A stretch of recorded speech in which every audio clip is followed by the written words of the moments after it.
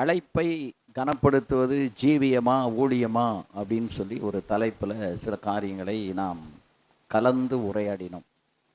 எத்தனை பேருக்கு ஞாபகம் இருக்குன்னு தெரியல. ஞாபகம் இருக்கிறவங்க கொஞ்சம் கையை வைத்துங்க பார்ப்போம்.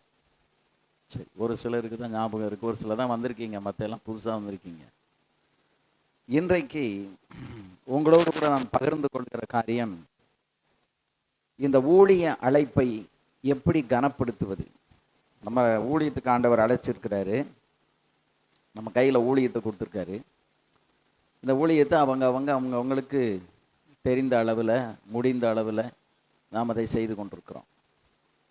ஆனால் இந்த ஊழியத்தை எப்படி நாம் கனப்படுத்துறதுக்கு நாம் என்னெல்லாம் செய்யணும், என்ன செய்தால் இந்த நம்ம செய்கிற இந்த ஊழியம் ஒரு கனத்துக்குரிய ஒரு ஊழியமாக மாறும்.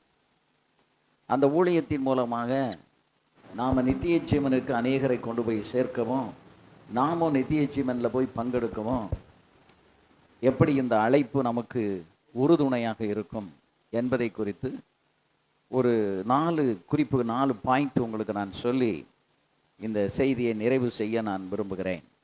ஆமென். 2 தீமோத்தேயு 1ஆம் அதிகாரம் 6வது வசனத்தை எடுத்தவங்க வாசிங்க. 2 தீமோத்தேயு 1ஆம் அதிகாரம் 6வது வசனம். ம்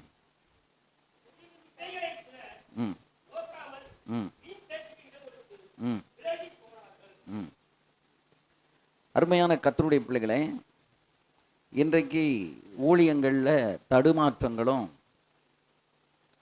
தான் அழைக்கப்பட்ட இந்த ஊழியத்தையே கனப்படுத்தாமலும் தடுமாறி கொண்டிருக்கிற நிறைய பேர் இருக்கிறாங்க. இந்த ஊழியத்தில் தடுமாறிக்கிட்டு இருக்கிறவங்கள நிலைப்படுத்துறதுக்கும், தடுமாற்றம் தேவையில்லை, இந்த ஊழியம் எப்படிப்பட்டது, இதை நம்ம எப்படி செய்யணும் அப்படிங்கிறத ஆலோசனைகளாக சொல்லி வலுப்படுத்துறதுக்காக தான் இந்த கூட்டங்களில் நான் போய் பிரசங்கித்து கொண்டிருக்கிறேன். ஒரு மாதத்துக்கு 16 இடங்களில் 16 மாவட்டத்தில் இந்த ஊழியத்தை செய்து கொண்டிருக்கிறேன்.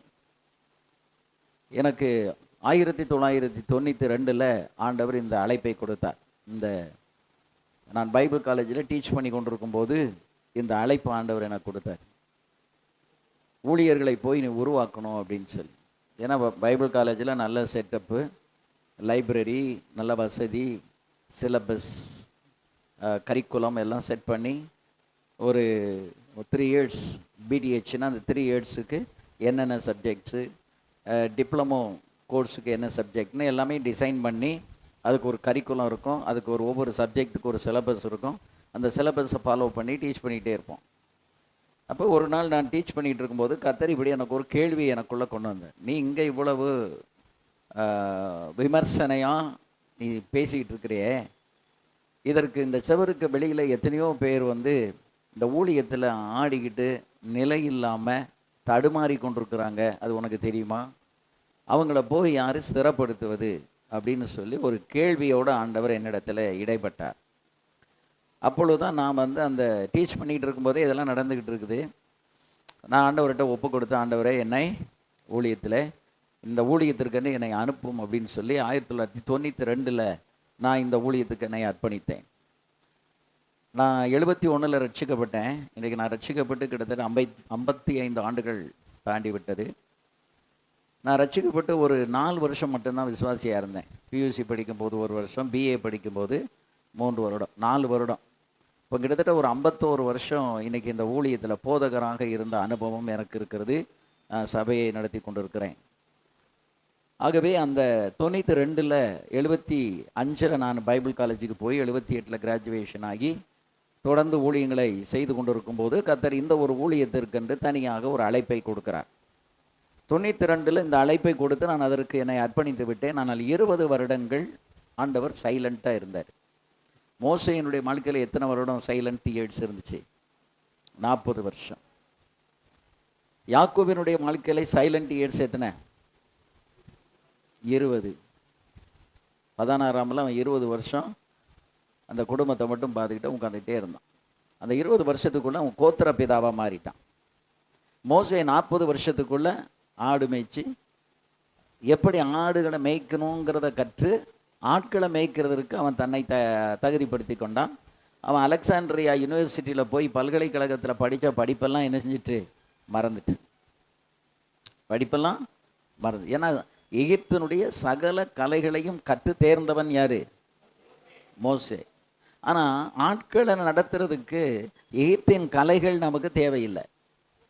நம்ம எவ்வளவு படிச்சிருந்தாலும் ஊழியத்துக்கு வர்றதுக்கு வேதத்தை தான் படிக்கணும். ரெண்டாவது, ஒருத்தரோட ஒருத்தர் எப்படி இணங்கி இருக்கணும் அப்படின்னு படிக்கணும். நான் பைபிள் காலேஜ் படிக்கும்போது 1975 பெங்களூரில் எஸ்ஏபிசிக்கு போனேன்.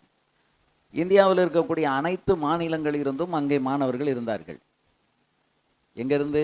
காஷ்மீர்லேருந்து கன்னியாகுமரி வரைக்கும் அனைத்து மாநிலங்களில் இருந்தும் அங்கே மாணவர்கள் இருந்தாங்க. ஒவ்வொரு மாணவனும் ஒவ்வொரு சைஸ், அதுக்குள்ளே நம்மளும் இருக்கணும்.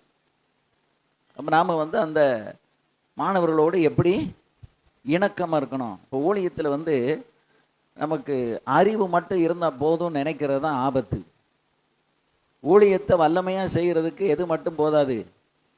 அறிவு மட்டும் போதாது. Knowledge is not alone enough. நமக்கு நாலேஜ் இருந்தால் போதும், அறிவு இருந்தால் போதும், நம்ம ஊழியத்தை செய்யலாம் என்று நீங்கள் அறிவை பெருக்கி கொண்டிருந்தால் அந்த அறிவு எப்படி மாறணும்? அனுபவமாக மாறணும். இப்போ பைபிள் காலேஜில் கொண்டு வந்து போட்டாச்சுன்னா இந்தியாவில் இருக்கிற எல்லா மாநிலங்கள்லாம் உள்ளவங்க அங்கே இருக்காங்க. அத்தனை பேருக்கும் ஒவ்வொரு விதமான மாநில பழக்க வழக்கங்கள் இருக்கணும். அத்தனை பேரும் ஒரே பழக்கத்துக்கு வரணும். அது எந்த பழக்கத்துக்குள்ளே வரணும்? இந்த வேதத்தினுடைய பழக்கத்துக்குள்ளே வரணும். அவங்களோட நம்ம அட்ஜஸ்ட் பண்ணணும். அப்போ ஒரு பக்கம் கிளாஸில் பகல் முழுவதும் பாடங்கள் படித்தாலும் மீதி நேரங்களில் நம்ம என்ன படிக்கிறோம்? எப்படி இணக்கமாக இருப்பது, எப்படி இவங்க செய்கிறத சகித்து கொள்வது. அல்லேலூயா. அதுதான் என்னது? பயிற்சி. அது ஒரு இன்ஃபார்மல் ட்ரைனிங் அப்படின்னு சொல்லுவாங்க. முறையாக முறைப்படுத்தப்பட்டதில்லை. ஆனால் எல்லாரோடையும் பழகிறது வைக்கிறது. ஒருத்தன் டக்குன்னு கோவப்பட்டுருவான், அப்போ நம்ம கோவப்படக்கூடாது. ஒருத்தன் எரிச்சப்படுவான், நம்ம சகித்து கொள்ளணும். இப்போ நான் போன உடனே எனக்கு முதல் டியூட்டி என்ன கொடுத்தாங்க தெரியுமா? 21 டாய்லெட்ஸ் கழுவுறதுக்கு தான் எனக்கு முதல்ல டியூட்டி கொடுத்தாங்க. என் கூட சேர்ந்து இன்னொரு பையனும், வட இந்தியாவில் உள்ள ஒரு பையன், அவனுக்கும் எனக்கும் கொடுத்தாங்க. அவன் போய் பிரின்ஸிபால்கிட்ட சொன்னான், எங்கள் வீட்டிலையே நாங்கள் ஆள் வச்சு தான் என்ன செய்கிறோம், டாய்லெட்டெல்லாம் கழுவிக்கிட்டு இருக்கோம், நான் இங்கே கழுவ முடியாது அப்படின்னா. அப்போ அவர் சொன்னார், அப்போ நீ இங்கே படிக்க முடியாது, சர்டிஃபிகேட்டை தரேன், நீ திரும்பி போ. முதல்ல எந்த வேலை கொடுத்தாலும் அந்த ஊழியத்தில் தாழ்மையாக உன்னை தாழ்த்தி செய்கிறதுக்கு நீ விருப்பம் இல்லைன்னா, நீ பெரிய பணக்கார வீட்டு பையனாக இருந்தாலும் எதுக்கு லாய்க்கில்லை? ஊழியத்துக்கு லாய்க்கில்லை. ஊழியத்துக்கு என்ன வேணும்? அறிவு மட்டும் போதாது, அனுபவம், தாழ்மை வேணும். இப்போ மோசே அவன் ரொம்ப ஆர்வத்தில் ஒரு லீடர், எல்லாம் அவன் படிச்சிருக்கிறான். He has all knowledge. எல்லா அறிவும் புத்தியும் கூர்மையாக இருக்குது. இந்த அறிவும் புத்தியும் கூர்மையாக இருந்தது. 2 பேர், ஒரு இஸ்ரவேலனும் ஒரு எகிப்தியனும் சண்டை போட்டுக்கிட்டு இருக்கும்போது இவன் நேர போய் அந்த பாசத்தில், அந்த வேகத்தில், அந்த விறுவிறுப்பில் என்ன பண்ணிட்டான்? கொலை பண்ணிட்டான். இவன் கொலை பண்ணா இப்படி எத்தனை பேரை கொலை பண்ணி இந்த ஜனத்துக்கு நம்ம விடுதலையை கொடுக்க முடியும்? சொல்லுங்க, முடியுமா?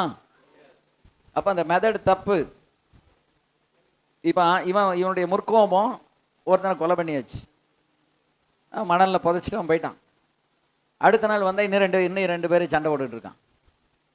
ஏன்பா நீங்கள் 2 பேரும் இப்படி சண்டை போடுறீங்கன்னா, உடனே நேற்றுக்கு நீ பண்ண கொலை தெரியாதுன்னு நினைக்கியான்னா. அவன் நினச்சான் மணலில் புதைச்ச உடனே வெளியே தெரியாதுன்னு நினச்சான்.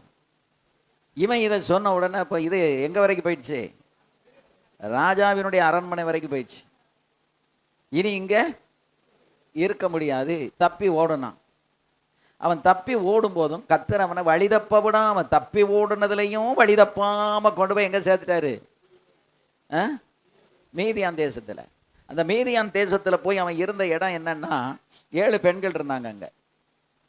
எத்தனை பேர்? ஆனால் ஒரு ஆண் கூட கிடையாது. இவனுக்கு துணைக்கு ஆள் இல்லை, பேச்சு துணைக்கு ஆள் இல்லை. இப்போ பெண்கள் பேச ஆரம்பித்தா இவன் பேச முடியுமா? அப்போ இவன் என்ன செஞ்சு ஆகணும்? கேட்டுத்தான் ஆகணும். அதாவது கிட்டத்தட்ட குறைஞ்சது 3000 வார்த்தைகள் பேசுவாங்களாம் ஒரு பெண்ணு ஒரு நாளைக்கு.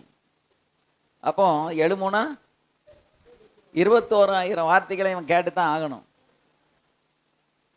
வேற வழி இல்லை. இப்போ இவன் பேசுறதுக்கு அங்கே ஒன்றும் இல்லை, பகல் முழுவதும் ஆடு மேய்ச்சிக்கிட்டு இருக்கான். இங்கே வீட்டுக்கு வந்தால் இவங்க பேசுதாங்க, அதை கேட்கான். அங்கே போனால் இவன் அந்நிய பாஷை தான் பேசிக்கிட்டு இருக்கணும். யாரோட? ஆடுகளோட. அதான் ட்ரைனிங். இப்படி எத்தனை வருஷம்?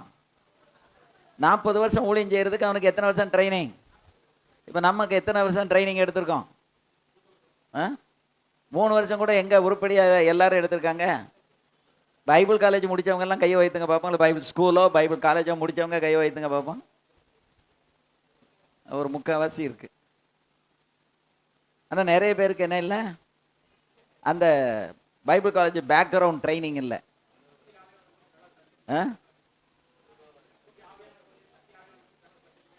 நீங்கள் பள்ளிக்கூடத்துக்கே போக வேண்டாம், பிறந்த உடனேயே நீங்கள் ஊழியத்துக்கு வந்துடலாம். உங்களை எல்லா சகல சத்தியத்திலையும் ஆவியானவர் நடத்துவார். எதுக்கு நீங்கள் பள்ளிக்கூடத்துக்கு போகிறீங்க? தேவையில்லையே, சகல சத்தியத்துக்குள்ள நடத்துவார். அப்போ நம்ம எங்கே போயிருக்க வேண்டாம்? பள்ளிக்கூடத்திற்கு போயிருக்க வேண்டாம், கல்லூரிக்கு போயிருக்க வேண்டாம். இப்போ நான் வந்து அங்கே எஸ்எஸ்எல்சி ராயப்பன்பட்டி மதுரை மாவட்டத்தில் முடித்து, பியூசி வந்து ஜான்ஸ் காலேஜில் திருநெல்வேலியில் பாளையங்கோட்டையில் படித்து, அப்புறம் பிஏ சதகத்துல்லா காலேஜில் முடித்து, பெங்களூரில் போய் 3 வருஷம் பிஇடி முடிச்சுட்டு, அப்புறம் வந்து திரும்ப எம்ஏ படித்து, அதுக்கப்புறம் டாக்டரேட்டு ஒரு 5 வருஷம். இதெல்லாம் தேவையா? சகல சத்தியத்துக்குள்ள யார் நடத்துவா? ஆவியானவர் நடத்துவார். நிறைய பேர் பேதுரு படிக்க செஞ்சார் அப்படின்னு கேட்காங்க. பேதுரு படிக்கல. பேதுரு இயேசு கிறிஸ்துவோடு 3 வருஷம் படித்தார். பவுல் வந்து பைபிள் ஸ்கூலுக்கு போகலை. ஆனால் 3 வருஷம் எங்கே போயிருந்தார்? அரேபியன் வனாந்திரத்தில் போய் ஆண்டவர் கீழே உட்கார்ந்தார். அவர் எங்கேயும் வலது பக்கம் இடது பக்கம் திரும்பலை. நம்ம அப்படியே இருக்கோம்? சொல்லுங்க. நீங்கள் பேதுருவையும், பேதுருனுடைய அழைப்பு என்ன, அப்போஸ்தலனுடைய அழைப்பு என்ன? அப்போஸ்தலனாகிய பவுலை ரோட்டில் உருட்டினார். உங்களை உருட்டினார் ஆண்டவர்? அவன் மீன் பிடிச்சிக்கிட்டு இருந்தான், அவனை போய் கூப்பிட்டாரு. அவன் திரும்ப வலையை எடுத்துக்கிட்டு பின்மாற்றத்தில் போயிட்டான், மறுதளிச்சான். நீங்கள் எப்படி இருந்தீங்களா? அப்போ ஊழியத்தில் வந்து ஒவ்வொரு நபரையும் ஆண்டவர் ஒவ்வொரு விதமாக கர்த்தர் அழைக்கிறார், நடத்துகிறார். இன்னைக்கு ஊழியங்கள் கெட்டு போனதுக்கு காரணம், ஊழியக்காரன் கெட்டு போனதுக்கும் காரணம் என்ன அப்படின்னா, நம்ம பேதுருவையும் அப்புறம் யார் பவுலையும் யோவானையும் கம்பேர் பண்ணால் கூட பரவாயில்ல, நீங்கள் அவுட் ஆஃப் த பைபிள் போக மாட்டீங்க. ஆனால் உங்களுக்கு பக்கத்தில் ஊழியம் செய்கிற இன்னொரு பாஸ்டரையும், இங்கே தெற்க ஊழியம் செய்கிற ஒரு பாஸ்டரையும், மேற்க ஊழியம் செய்கிற பாஸ்டரையும் நீங்கள் பார்த்துக்கிட்டே கம்பேர் பண்ணிக்கிட்டே இருந்தால், அதான் அந்த வசனத்தை திரும்ப வாசிங்க. 2 திமோத்தி 1:6.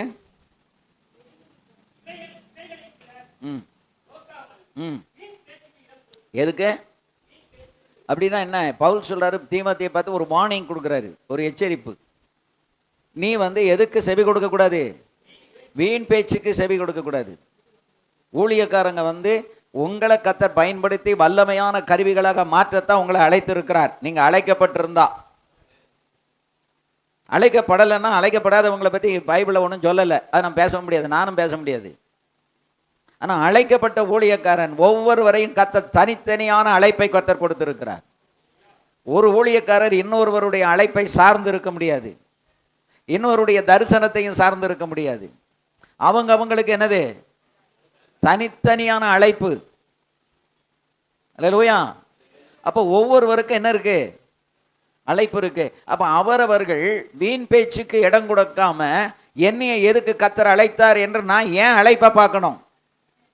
நீங்க உங்க அழைப்பை பார்க்கணும். நீங்க எதுக்கு அழைக்கப்பட்டிருக்கீங்க, அந்த டெஃபினிஷன் உங்களுக்கு இருக்கணும், அந்த விளக்கம் உங்களுக்குள்ள இருக்கணும்.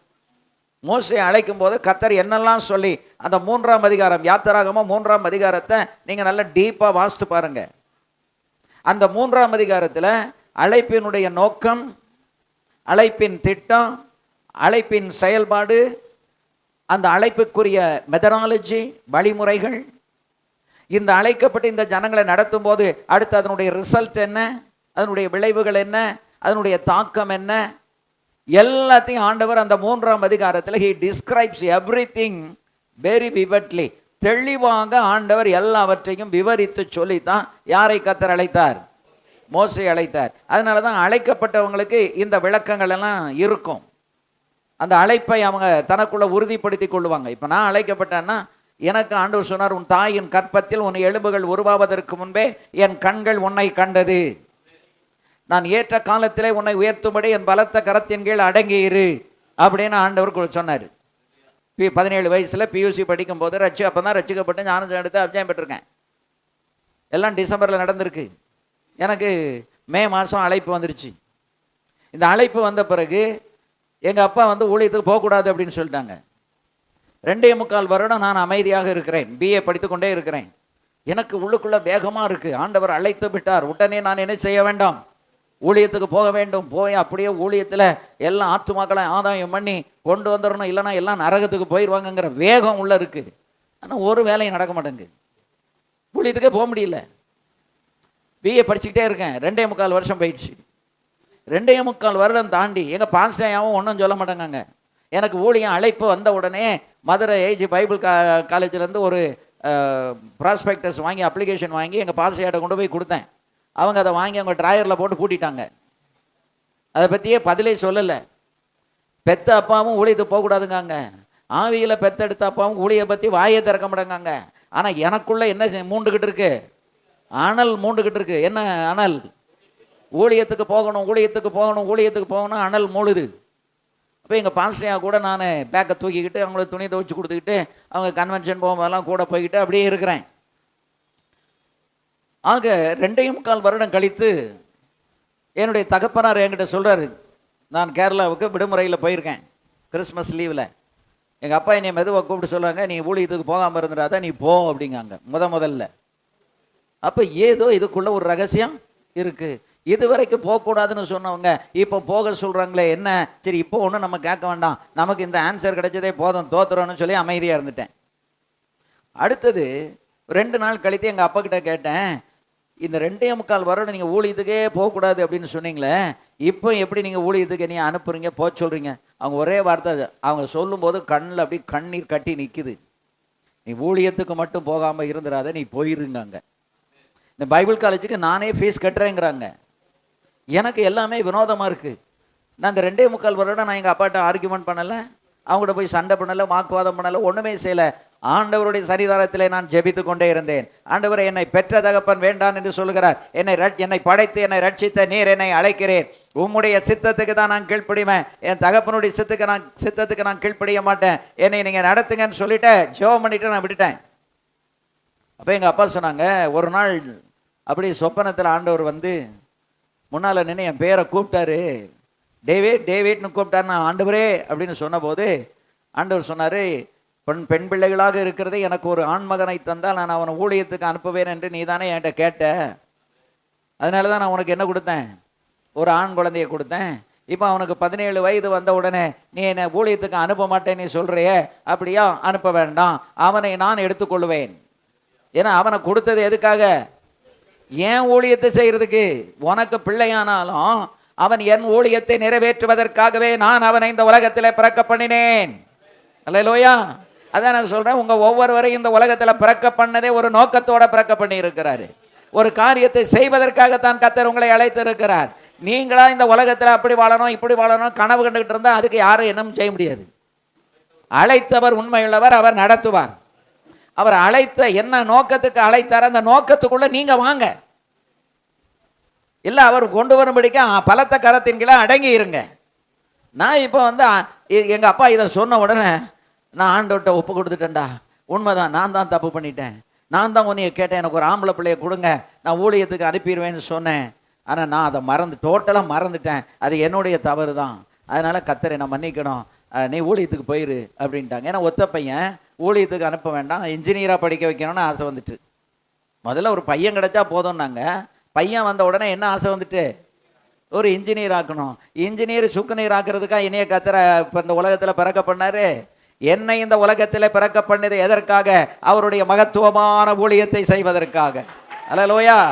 நம்ம பெரிய படிப்பு படித்து இன்ஜினியர் ஆகணும், டாக்டர் ஆகணும், கலெக்டர் ஆகணுங்கிறது நோக்கம் கிடையாது. ஆமென். அதனால தான் நான் சொல்கிறேன், எனக்கு இவ்வளவு டெஃபினட்டான நிச்சயமான ஒரு அழைப்பு இருக்குமானால் அப்படி அழைக்கப்பட்ட ஒவ்வொருவருக்கும் அழைப்பின் அனுபவம் இருக்க வேண்டும். அழைப்பில் அனுபவம் இல்லாமல் இந்த ஊழியத்தில் நாம் நிலை நிற்க முடியாது. உங்களுடைய அழைப்பை குறித்து நீங்களே விளக்க சொல்ல வேண்டும். அருமையான தேவனுடைய ஊழியக்காரர்களே, உங்க அழைப்புக்கு இன்னொரு ஆள் விளக்கம் கொடுக்க முடியாது. அது அனுபவம். அதான் நான் சொன்னேன். அறிவு இருந்தால் மட்டும் போதாது. வேத அறிவு நம்மை விட நிறைய பேருக்கு இந்த உலகத்தில் இருக்கு, எனக்கு தெரியும். ஆனா வேத அறிவு உள்ளவர்களுக்கெல்லாம் அழைப்பு இருக்கிறதாண்டா இல்லை. ஒரு சகோதரி ஒரு முறை என்கிட்ட சில வருஷங்களுக்கு முன்னால பேசும்போது சொன்னாங்க, பாஸ்டர், எனக்கு தெரிஞ்ச ஒருத்தர் 62 தடவை பைபிள் படிச்சிருக்காரு, இப்போ படிச்சுக்கிட்டு இருக்காரு அப்படின்னா. அப்படியா, ரொம்ப சந்தோஷம். நான் அவங்ககிட்ட ஒரே ஒரு கேள்வி கேட்டேன். அவர் அதாவது பிதா குமாரன் பரிசுத்தாவியில தண்ணீர்ல மூழ்கி ஞானசானம் எடுத்து விட்டாரா அப்படின்னு கேட்டேன். அவங்க ஞானசானம் அவர் எடுக்கல அப்படின்னாங்க.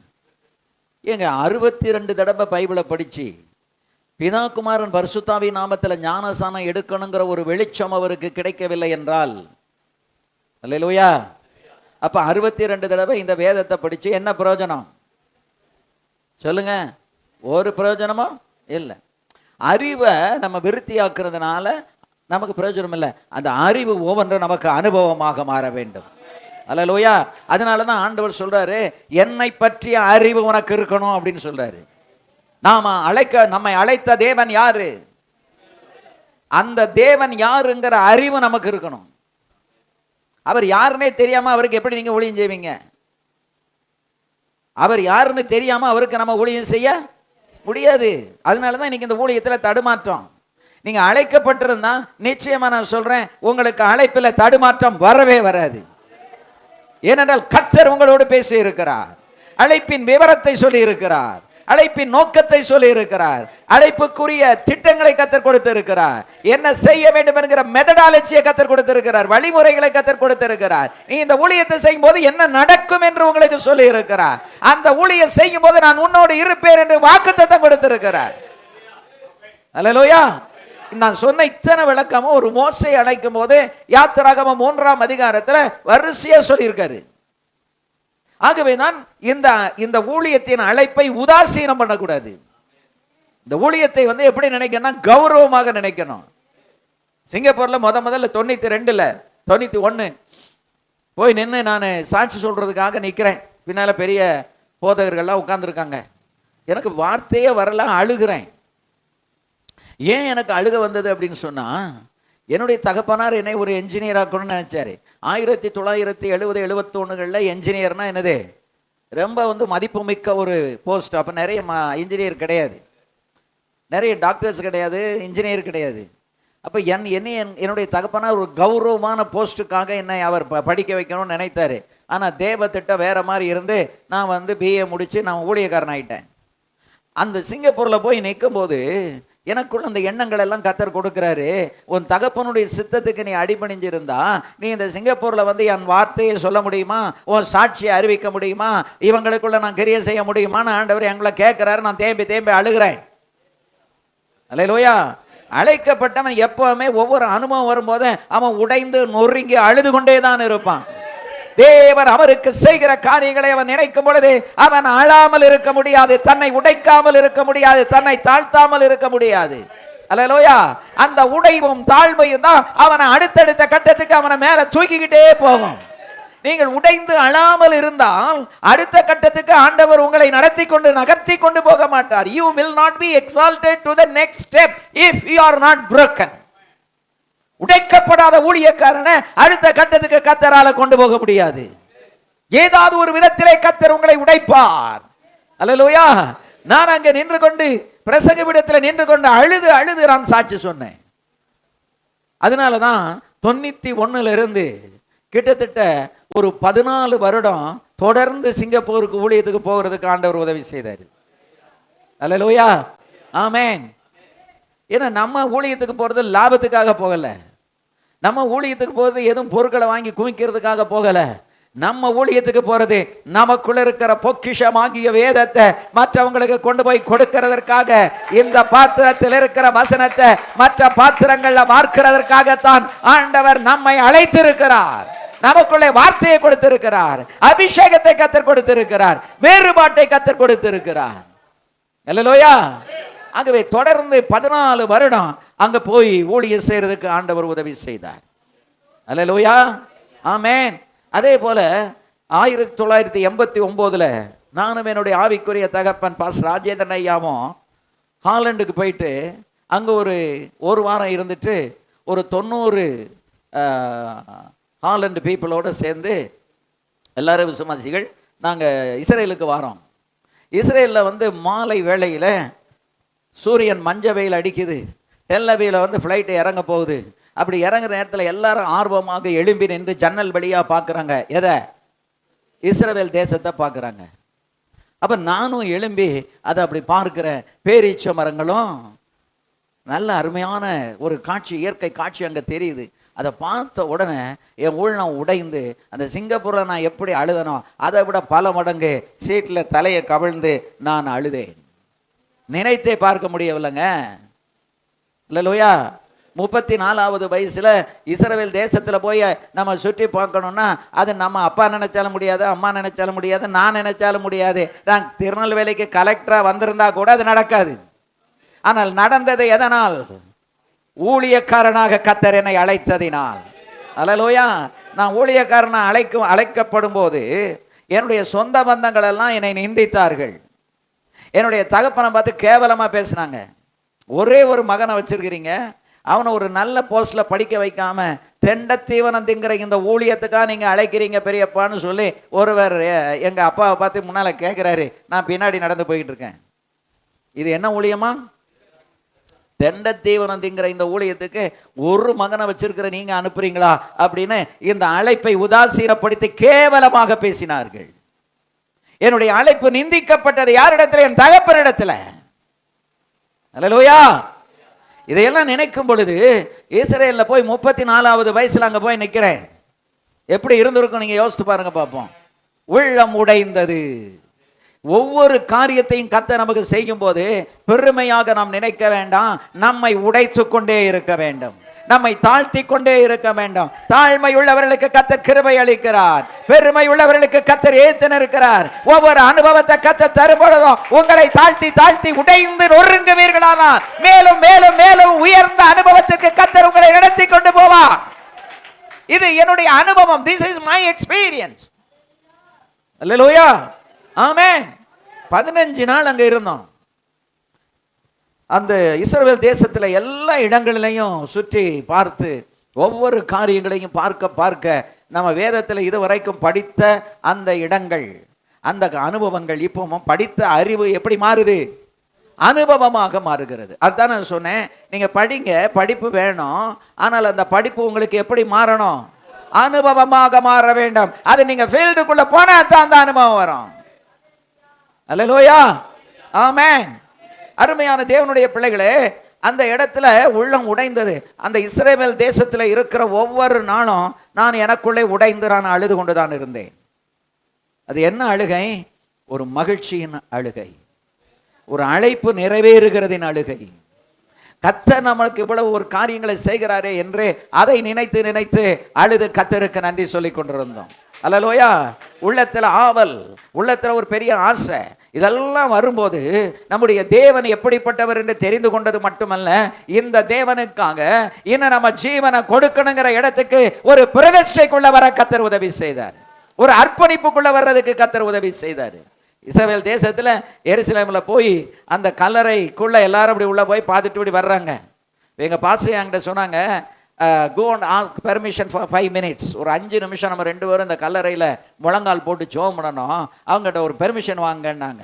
நான் போய் அவங்க கிட்ட கேட்டேன், இந்த மாதிரி can you please spare 5 minutes, we want to just kneel down and pray அப்படின்ன உடனே அவர் சொன்னார், ரொம்ப ரஷ்ஷாக இருக்குங்க, நீங்கள் 5 நிமிஷம் வேண்டாம், ஜஸ்ட் போட்டு ஒரு 2 மினிட்ஸில் எழுமிருங்கன்னாரு.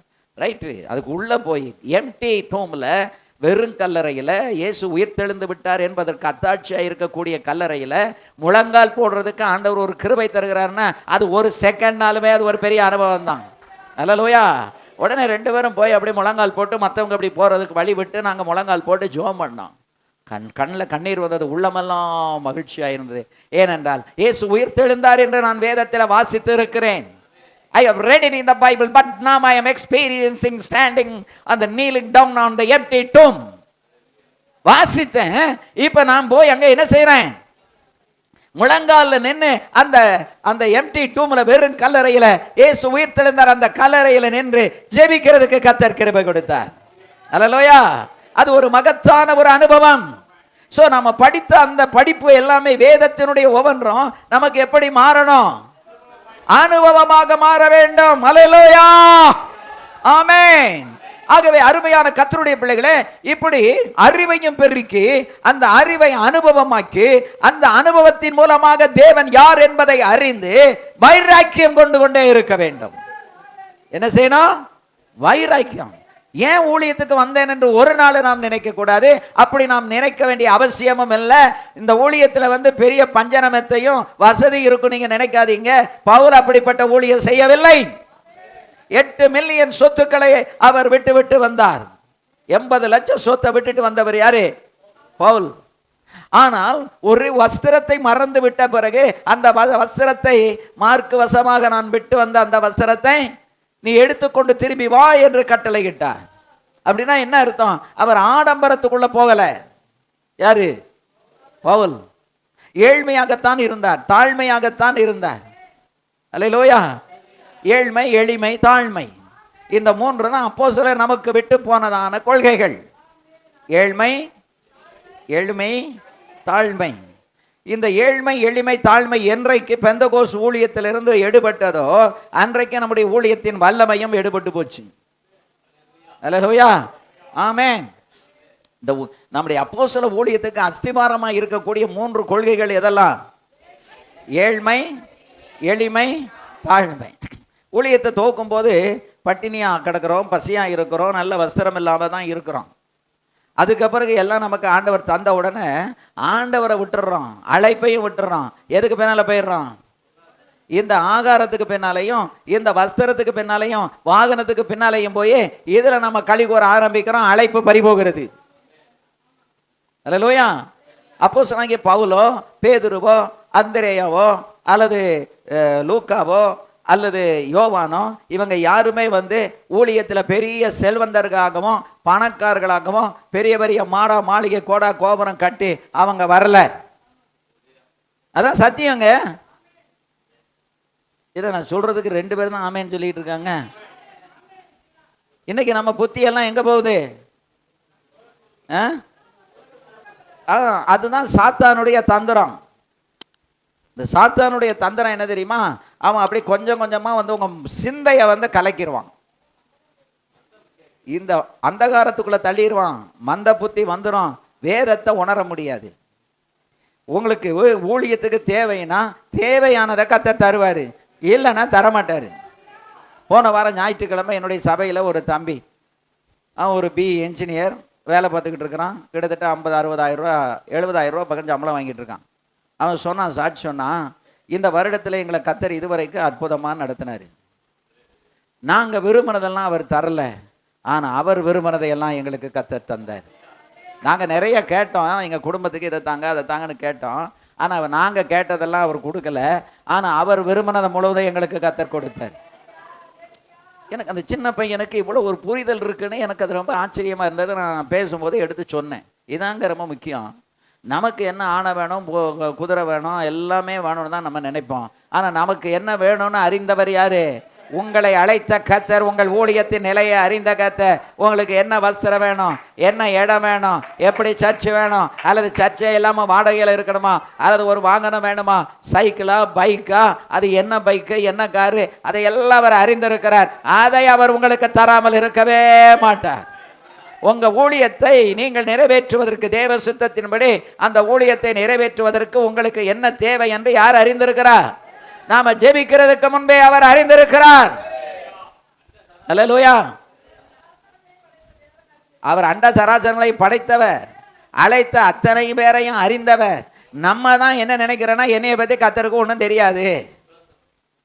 அவர்கிட்ட போய் நம்ம விளக்கம் சொல்லியிருக்கோம், ஆண்டவரே நான் இன்னாரு. அவர் சொல்லாரு, உன் எலும்பு உருவாகிறதுக்கு முன்னா, உன் தாயின் கற்பத்தில் நீ உருவாகிறதுக்கு முன்னாலே உன்னை என் கண்கள் கண்டுதான் அங்கே நான் பரிசுத்தம் பண்ணி உன்னை அழைத்தாம்பா. இன்னைக்கு நீ எனக்கு முன்னால் நின்றுட்டு இருக்கே. அல்லேலூயா. ஆமென். அதனாலதான் இப்படிப்பட்ட மேன்மையான இந்த அழைப்பை வீண் வார்த்தைகளினாலையும் தேவையில்லாத பேச்சுக்களினாலையும் என்ன செய்யக்கூடாது? இதை நஷ்டப்படுத்திடக்கூடாது. அல்லேலூயா. ஏட்டு சுரக்கா கூட்டுக்கும் ஆகாது, ஏட்டு சுரக்கா கறிக்கு உதவாது, அது பேப்பரில் தான் இருக்கும். அதனால தான் பேப்பரில் இருக்கிறத எங்கே கொண்டு வாங்கன்னு சொல்கிறேன், அனுபவத்துக்கு கொண்டு வாங்க. அனுபவத்துக்கு கொண்டு வர்றதுக்கு என்ன செய்யணும்? ஆண்டவரை தேடணும். ரெண்டாவது, அனுபவசாலியான வயதான மூத்த ஊழியக்காரங்கிட்ட போய் உட்கார்ந்து பேசணும். இங்கே நமக்கு தான் அவரை விட வயசான ஆளை விட நமக்கு எல்லாம் தெரியும்னு நினைக்கிறோமே. எனக்கு எல்லாம் தெரியும், இவர் என்ன சொல்றது, நான் என்ன கேட்கறதுன்னா, அவருக்கு வயசு இருக்கு, மூடி நரைச்சிருக்கு, அனுபவம் இருக்கு, எத்தனையோ இடத்துல விழுந்திருப்பாரு, எந்திரிச்சிருப்பாரு, வல்லமையை கண்டிருப்பாரு, இன்னைக்கு ஒரு இந்த அளவுக்கு கர்த்தர் அவரை நடத்தி கொண்டு வந்திருக்காரு, ஒரு அனுபவம் இருக்கும். அவர்கிட்ட போய் எப்படி நீங்க அழைக்கப்பட்டீங்க, எப்படி இந்த ஊழியத்தில் நின்னீங்க, இந்த கஷ்டத்தை எப்படி தாங்கினீங்க, இந்த வியாதி எப்படி தாங்கினீங்க, யார்கிட்ட போய் கேட்கணும்? அனுபவசாலிகள்கிட்ட போய் கேட்கணும். அதுதான் அனுபவ அறிவு வரும். இல்லைன்னா அனுபவ அறிவு வராது. போய் உட்கார்ந்து பேசணும். பேசுறதுக்கு நம்ம தாழ்த்தணும். நம்ம அங்கே போய் அவங்ககிட்ட பேசும்போது அவங்க அனுபவத்தை சொல்லிகிட்டே இருப்பாங்க. இங்கே நமக்கு தான் பொறுமை இல்லையே. நம்ம என்ன நினைப்போம், எப்பா இந்த பாஸ்டர்கிட்ட போய் சிக்கணும்னு வைங்க, அருன்னு அறுத்துருவார். அந்த காலத்து கதையெல்லாம் அவர் சொல்லிக்கிட்டு இருப்பார். ஆடா பாவிகளா, அந்த காலத்து கதையை கேட்டீங்கன்னா தான் உங்கள் சிந்தை மாறும். அந்த காலத்து கஷ்டங்களை கேட்டால் தான் இன்றைக்கு இந்த கஷ்டங்கள் ஒரு பொருட்டு இல்லை என்று உனக்கு தெரியும். அவங்கள ஆண்டவர் நடத்தின வழிகளை அவங்க சொல்லி தரும்போது தான், அப்போ என்னைய கதை கரெக்டாக தான் கதை நடத்திக்கிட்டு இருக்காரு, நான் இந்த பாடுகள் கஷ்டங்கள் படுறதுனால ஒன்றும் பெரிய விஷயம் கிடையாது என்று அதில் நீங்கள் சந்தோஷப்படுவீர்கள்.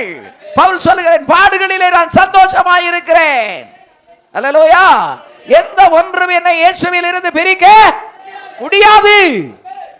திட்டவட்டமா சொல்றல்ல, அந்த அனுபவம் நமக்கு வேணும்ல. அல்லேலூயா. சரி, number 1, honor the calling by recognizing its source. அழைப்பின் மூலத்தை உணர்ந்தால் நீங்கள் உங்களுடைய அழைப்பை கௌரவமா நினைப்பீங்க. அழைப்பின் மூலத்தை உணர்ந்து கௌரவித்தல் அல்லது கனப்படுத்துதல். அழைப்பின் மூலம் அப்படின்னா என்னது? இல்லை, எப்படி கர்த்தர் உங்களை அழைத்தார், அந்த சோர்ஸ், அந்த ஆரம்பம் இருக்கு இல்லையா. நான் சொன்னல மோசே எப்படி அழைத்தாரு, அதுக்கு தான் நான் என் லைஃப்லேருந்து விளக்கம் கொடுத்தேன். என்னை எப்படி கர்த்தர் அழைத்தாரு?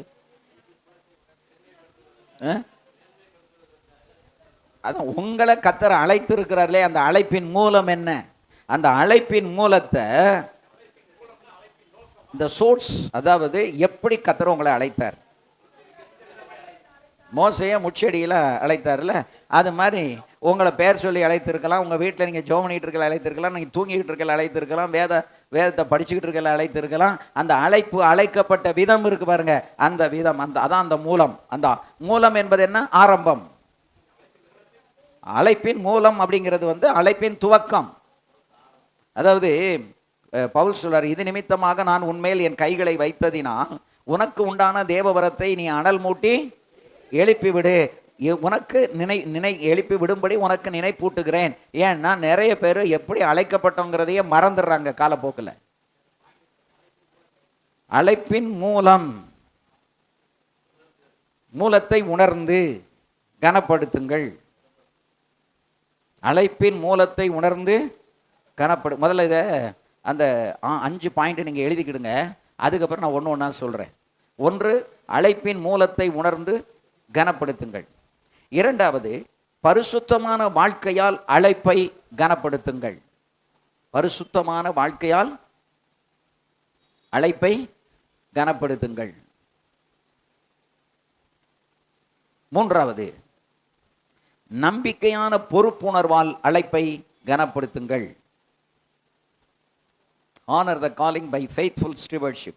நம்பிக்கையான பொறுப்புணர்வால் அழைப்பை கனப்படுத்துங்கள். 4வது, honor the calling by perseverance. நிலைத்திருப்பதினால் அழைப்பை கனப்படுத்துங்கள். அழைப்பில் நிலைத்திருப்பதினால் அந்த அழைப்பை நாம் என்ன செய்கிறோம்? கனப்படுத்துகிறோம். 5வது, தொடர்ந்து புதுப்பிக்கிறதினால் அழைப்பை கனப்படுத்துகிறோம். இந்த அழைப்பை வந்து நம்ம தொடர்ந்து என்ன செஞ்சுட்டே இருக்கணும்? புதுப்பித்து கொண்டே இருக்கணும். இப்போ நான் வந்து உங்களுக்கு பிரசங்கம் பண்ணுறதுக்கு முன்னாடி என்னுடைய அனுபவ சாட்சியை நான் உங்களுக்கு சொன்னேன். 1971 நான் ரட்சிக்கப்பட்டேன். அந்த 1971 நான் ரட்சிக்கப்பட்டு அழைக்கப்பட்ட அந்த அனுபவத்தை 2026 நான் உங்களுக்கு சொல்றேன். அப்படின்னா அர்த்தம் என்ன? 1971 நான் ரட்சிக்கப்பட்டதை நான் மறக்கல. என் மூலம், என்னுடைய அழைப்பின் மூலத்தை, ஆரம்பத்தை நான் என்ன செய்யல? மறக்கல. நிறைய பேர் ரட்சிக்கப்பட்டதே மறந்துட்டாங்க. இன்னைக்கு அவங்கள போய் கேட்டால் நீங்கள் ரட்சிக்கப்பட்டிருக்கீங்களான்னா திருன்னு முழிப்பாங்க. ஏன்னா அந்த ரட்சிப்பை மழுங்கி போயிடுச்சு. அன்றைக்கு மனம் திரும்புகிற இருதயம் இருந்தது, சீர் பொருந்துகிற இருதயம் இருந்தது. ஒரு சின்ன தப்பு பண்ணிட்டேன்னா உடனே போய் அவங்கள்ட்ட மன்னிப்பு கேட்போம், சீர் பொருந்தோம், இதெல்லாம் அன்னைக்கு இருந்துச்சு. அதான் என்னது? ரட்சிப்பு. ஆனால் இன்னைக்கு அது நமக்குள்ள இருக்கா? இல்லை. இன்றைக்கி அந்த அந்த பாஸ்டர் வந்து நீங்கள் என்னமோ சொல்லிட்டீங்களா, அவர் ரொம்ப வேதனைப்பட்டுக்கிட்டு உட்காந்துட்டு இருக்காரு அப்படின்னு சொன்னால் அவர் பாட்டுக்கு அவர் இருக்கார். அதுக்கு நான் என்ன பண்ண முடியும்? நான் அப்படி தான் பேசுவேன், இப்படி தான் பேசுவேன், இன்னும் பேசுவேன். யார் சொல்கிறா? ரட்சிக்கப்பட்ட, ஞானசானம் எடுத்த, அழைக்கப்பட்ட, இப்போ வல்லமையாக புல்பீட்டில் நின்று கையை நீட்டி பேசுகிற பிரசங்கி யார் சொல்கிறாரு? நான் அப்படி தான் பேசுவேன். அவர்கிட்டலாம் போய் மன்னிப்பெல்லாம் கேட்க முடியாது. ஆமாம், அந்நிய பாஷையும் பேசுவாங்க, அந்நிய பாஷை இல்லாத பாஷையும் பேசிக்குவாங்க. அப்படின்னா என்ன அர்த்தம்? நீங்கள் அழைப்பை கனப்படுத்துங்க நான் சொல்லிட்டு இருக்கேன். முதல்ல நீங்கள் அதுக்கு முன்னாடி உங்கள் ரட்சிப்பை கனப்படுத்துங்க. எதை கனப்படுத்தணும்? ரட்சிப்பை கனப்படுத்தணும். ஊழியக்காரங்களுக்கு தாழ்மையே இல்லையே, பொறுமை இல்லையே, சகிப்புத்தன்மை இல்லையே, மற்றவங்களை மன்னிக்கணுங்கிற இருதயம் இல்லையே, அதெல்லாம் மன்னிக்க முடியாது. சுத்தமா இல்லை. அப்புறம் எப்படி நம்ம கர்த்தரால பயன்படுத்தப்பட முடியும்? சொல்லுங்க ஐயா, சத்தமா சொல்லுங்க. நீங்க நான் பேசும்போது நீங்க பேசலாம். அதான் சொல்றேன், ரட்சிப்பு பறிபோனா தான் பிறகு எல்லா சாக்கடையும் உள்ள வந்துருமே. இதெல்லாம் இந்த சீர் பொருந்துறது, மனஸ்தாபப்படுறது, மன்னிப்பு கேட்கறது, அடுத்தவங்களை குறை சொல்லாமல் இருக்கிறது, புரடி பேசாமல் இருக்கிறது, இது இருந்தாலே நான் நிச்சயமா சொல்றேன், என்ன கர்த்தர் பயன்படுத்துற மாதிரி வல்லமையா உங்களை 10 மடங்கு அதிகமாக கர்த்தர் பயன்படுத்துவார். அல்லேலூயா. ஒரு மாசத்துக்கு 16 இடத்துல இதை மாதிரி பாஸ்டர்ஸுக்கு நான் பேசிக்கிட்டு இருக்கேன். அவ்வளோதான் டைம் இருக்கு. இன்னும் நிறைய இடங்கள்ல அழைப்பு இருக்கு, ஆனால் என்ன இல்லை? டைம் இல்லை. திங்கள், செவ்வாய், புதன், வியாழன், சில நேரங்களில் 4 கூட்டம், சில நேரத்தில் 5 கூட்டம். இப்போ இந்த வாரமெல்லாம் 5 கூட்டம். ஆனால் நாளைக்கு எலெக்ஷன் விழுப்புரம் கூட்டம் கேன்சல் பண்ணால் இன்னைக்கு இப்படி இங்கேருந்து போகிறேன். இல்லைன்னா நேற்றைக்கு காலையில் மயிலாடுதுறை, சாயங்காலம் புதுக்கோட்டை, இன்னைக்கு திருச்சி, நாளைக்கு விழுப்புரம், திங்கட்கிழமை நாகப்பட்டினம். வேதாரண்யத்தில் காலையில் ஒரு கூட்டம், சாயங்காலம் ஒரு கூட்டம். அப்போ எத்தனை கூட்டம் ஆச்சு? திங்கக்கிழமை 2, செவ்வாய்க்கிழமை 2, புதன்கிழமை 1, வியாழக்கிழமை 1, எத்தனை கூட்டம்? 6 கூட்டம் ஆச்சு. எத்தனை நாளையில்? 4 நாள். இதுக்கு மேலே வெள்ளி எனக்கு உவாச ஜபம் இருக்கு, நான் போயாகணும். சனிக்கிழமை எங்களுக்கு சீசத்துவ பயிற்சி இருக்கு, நான் அங்கே இருந்தாகணும். ஞாயிற்றுக்கிழமை காலையில் ஆராதனைக்கு நான் இருந்தாகணும். மத்தியானத்துக்கு மேலே தான் புறப்பட்டு நான் வருவேன். இதுக்கு மேலே நேரம் இல்லை. ஏன்னா காலம் மிக குறுகிறதா இருக்கிறது. இயேசுவின் வருகை மிக சமீபம். காலங்கள் நிறைவேறி கொண்டிருக்கிறது. அவருடைய வருகையின் அடையாளங்கள் நிறைவேறி கொண்டிருக்கிறது. அப்ப நமக்கு கொடுக்கப்பட்ட இந்த ஊழியத்தில் நம்ம கவனக்குறைவாக இருந்து விட கூடாது. இன்னைக்கு ஒரு நாள் நீங்க இந்த ஃபெலோஷிப்புக்கு நீங்க வரீங்கன்னா இது ரொம்ப முக்கியம். இந்த ஃபெலோஷிப்ல உங்களை நீங்க கூர்தீட்டி கொள்ள வேண்டும். இரும்பு இரும்பை கருக்கிடும். அப்ப வசனத்தினால உங்க இருதயத்தை நீங்க நல்ல தீட்டி அடுத்து ஒரு மாதம் நீங்க போய் வல்லமையாக ஊழியம் செய்வதற்கு உங்களுக்குள்ள இருக்கிற துரு ஏதாவது இருந்துச்சுன்னா உப்பு தாள் போட்டு தேய்ச்சி பளபளன்னு மாறணும். ஆவியின் அனுக்கிரகத்தை பெறணும், அபிஷேகத்தை பெறணும், அந்நிய பாஷையில நிரம்பணும், ஆவியில நிரம்பணும், வல்லமை உள்ளவர்களா மாறணும். இதுக்கு இடையில ஏதாவது மிஸ்டேக் பண்ணிருக்கோமா? இந்த கூட்டத்தில் இருக்கும் பொழுதே ஆவியானவர் உங்களை உணர்த்தி போனவுடன் அவங்க கையை பிடிச்சு மன்னிப்பு கேட்டு பொருந்தி உங்களை சரிப்படுத்திக் கொள்ள வேண்டும். அப்பொழுது கர்த்தர் உங்களை இந்த மேடையில் பயன்படுத்துவார். ஆமென். ஹல்லேலூயா. இதுக்கு தான் இந்த ஃபெலோஷிப், இந்த கூட்டம் வச்சிருக்கேன். இப்படி வாழ்க்கையில நிறைய மாற்றங்களை கொண்டு வந்து அழைப்புல உறுதிப்படுத்தி அடுத்தவங்களோட நீங்க ஒப்பிடாதீங்க. உங்க அளவுல நீங்க நில்லுங்க. ஆண்டவர் பாதத்துல காத்து கிடங்க. உங்களை கர்த்தர் தனித்தனியாக மணி மகுடமாக கர்த்தர் உங்களை பயன்படுத்துவார். வல்லமையாய் கர்த்தரால் பயன்படுத்தப்படுவீர்கள். ஏன் நான் ஊழியத்துக்கு வந்தேன் என்று நீங்கள் நினைக்க மாட்டீர்கள். அல்லேலூயா. இந்த ஊழியத்திலே ஏழ்மை இருக்கத்தான் செய்யும். அல்லேலூயா. நான் எப்பவுமே சொல்லுவேன், நம்ம கையில் வர்ற பணம் எல்லாம் நமக்கு இல்லை. இப்போ நமக்கு வர்ற ஒரே சோர்ஸ், ஒரு வழி என்ன அப்படின்னா காணிக்கை தான். அப்போ நம்ம கையில் வருகிற அது 200 100 வந்தாலும் 5000 10,000 வந்தாலும் 1,00,000 வந்தாலும் அது என்னது சொல்லுங்க? அது நமக்கு இல்லை. அந்த சிந்தை நமக்கு இருந்தால் நம்ம கெட்டு போக மாட்டோம். அல்லேலூயா. ஏன்னா கர்த்தர் ஒன்றை கொடுக்குறாரு அப்படின்னா உடனே முதல்ல அவர் கொடுக்கும்போது இவன் இதை எப்படி ஹேண்டில் பண்ணுறான், எப்படி கையாளுறான்னு கர்த்தர் பார்ப்பாரு. இப்போ என் கையில் அப்படி ஒரு பணம் வருதுன்னா உடனே அதுக்கு ஒரு திட்டத்தை போட்டு அதை வாங்கிடணும் இதை வாங்கிடணும் அங்கே போயிடணும், அதை நான் செய்யவே மாட்டேன். எனக்கு ஆண்டவர் ஒரு நாள் கற்றுக் கொடுத்தாரு. உன் கை மூலம் வர்ற பணம் எல்லாம் அது உனக்குள்ளது இல்லைப்பா, நான் பலருக்காக நான் உன் கையில் தருவேன். நீ அதை அவங்க கையில் சேர்த்தீங்கன்னா உனக்கு என்ன ஆகும்? பலன் கிடைக்கும். அல்லேலூயா. என்னுடைய மகனும் சர்ச்சு கட்டிக்கிட்டு இருக்கான், அவனுக்கு அங்கே தேவை. அப்போ ஒருத்தர் எனக்கு இந்த பாஸ்டர் தேவகுமாருக்கு அந்த திருச்சியில் கட்டிக்கிட்டு இருக்க சர்ச்சுக்கு இதை அனுப்பிடுங்க பாஸ்டர்னு 1,00,000 அனுப்புகிறாரு. இப்போ நான் உண்மையான ஊழியக்காரனாக இருந்தால் என்ன செய்யணும்? அவருக்கு அனுப்பிடணும். நம்ம பையனே அங்கே கட்டி பாதியில் நிற்கி இன்னும் கதவு போடலை பூசலை, இப்படி இருக்கும்போது இதை கொண்டு போய் அவருக்கு எங்கே கொடுக்க? இவருக்கு நான் கொடுத்தேனா கொடுக்கலையான்னு அவருக்கு தெரியாது. ஏன்னா என் கையில் தானே வந்திருக்கு. அப்போ இதில் நான் உண்மையாக இருந்தால் தான் என் அழைப்பை கௌரவப்படுத்துகிறேன்னு அர்த்தம், கனப்படுத்துகிறேன்னு அர்த்தம். அல்லேலூயா. நான் வந்த உடனே இவருக்கு அனுப்பி வச்சு இவருக்கு ஒரு லெட்ரு எழுதி எனக்கு அனுப்பி வையங்கன்னா அவருக்கு 2 வாரம் ஆகுது. எதுக்கு? ஆமாம், இதை நான் பெற்றுக்கொண்டேன்னு ஒரு லெட்டரை எழுதி எனக்கு வாட்ஸ்அப்பில் அனுப்பி வைங்க அப்படின்னா அவர் மெசேஜ் அனுப்புகிற. அது எப்படி அனுப்ப?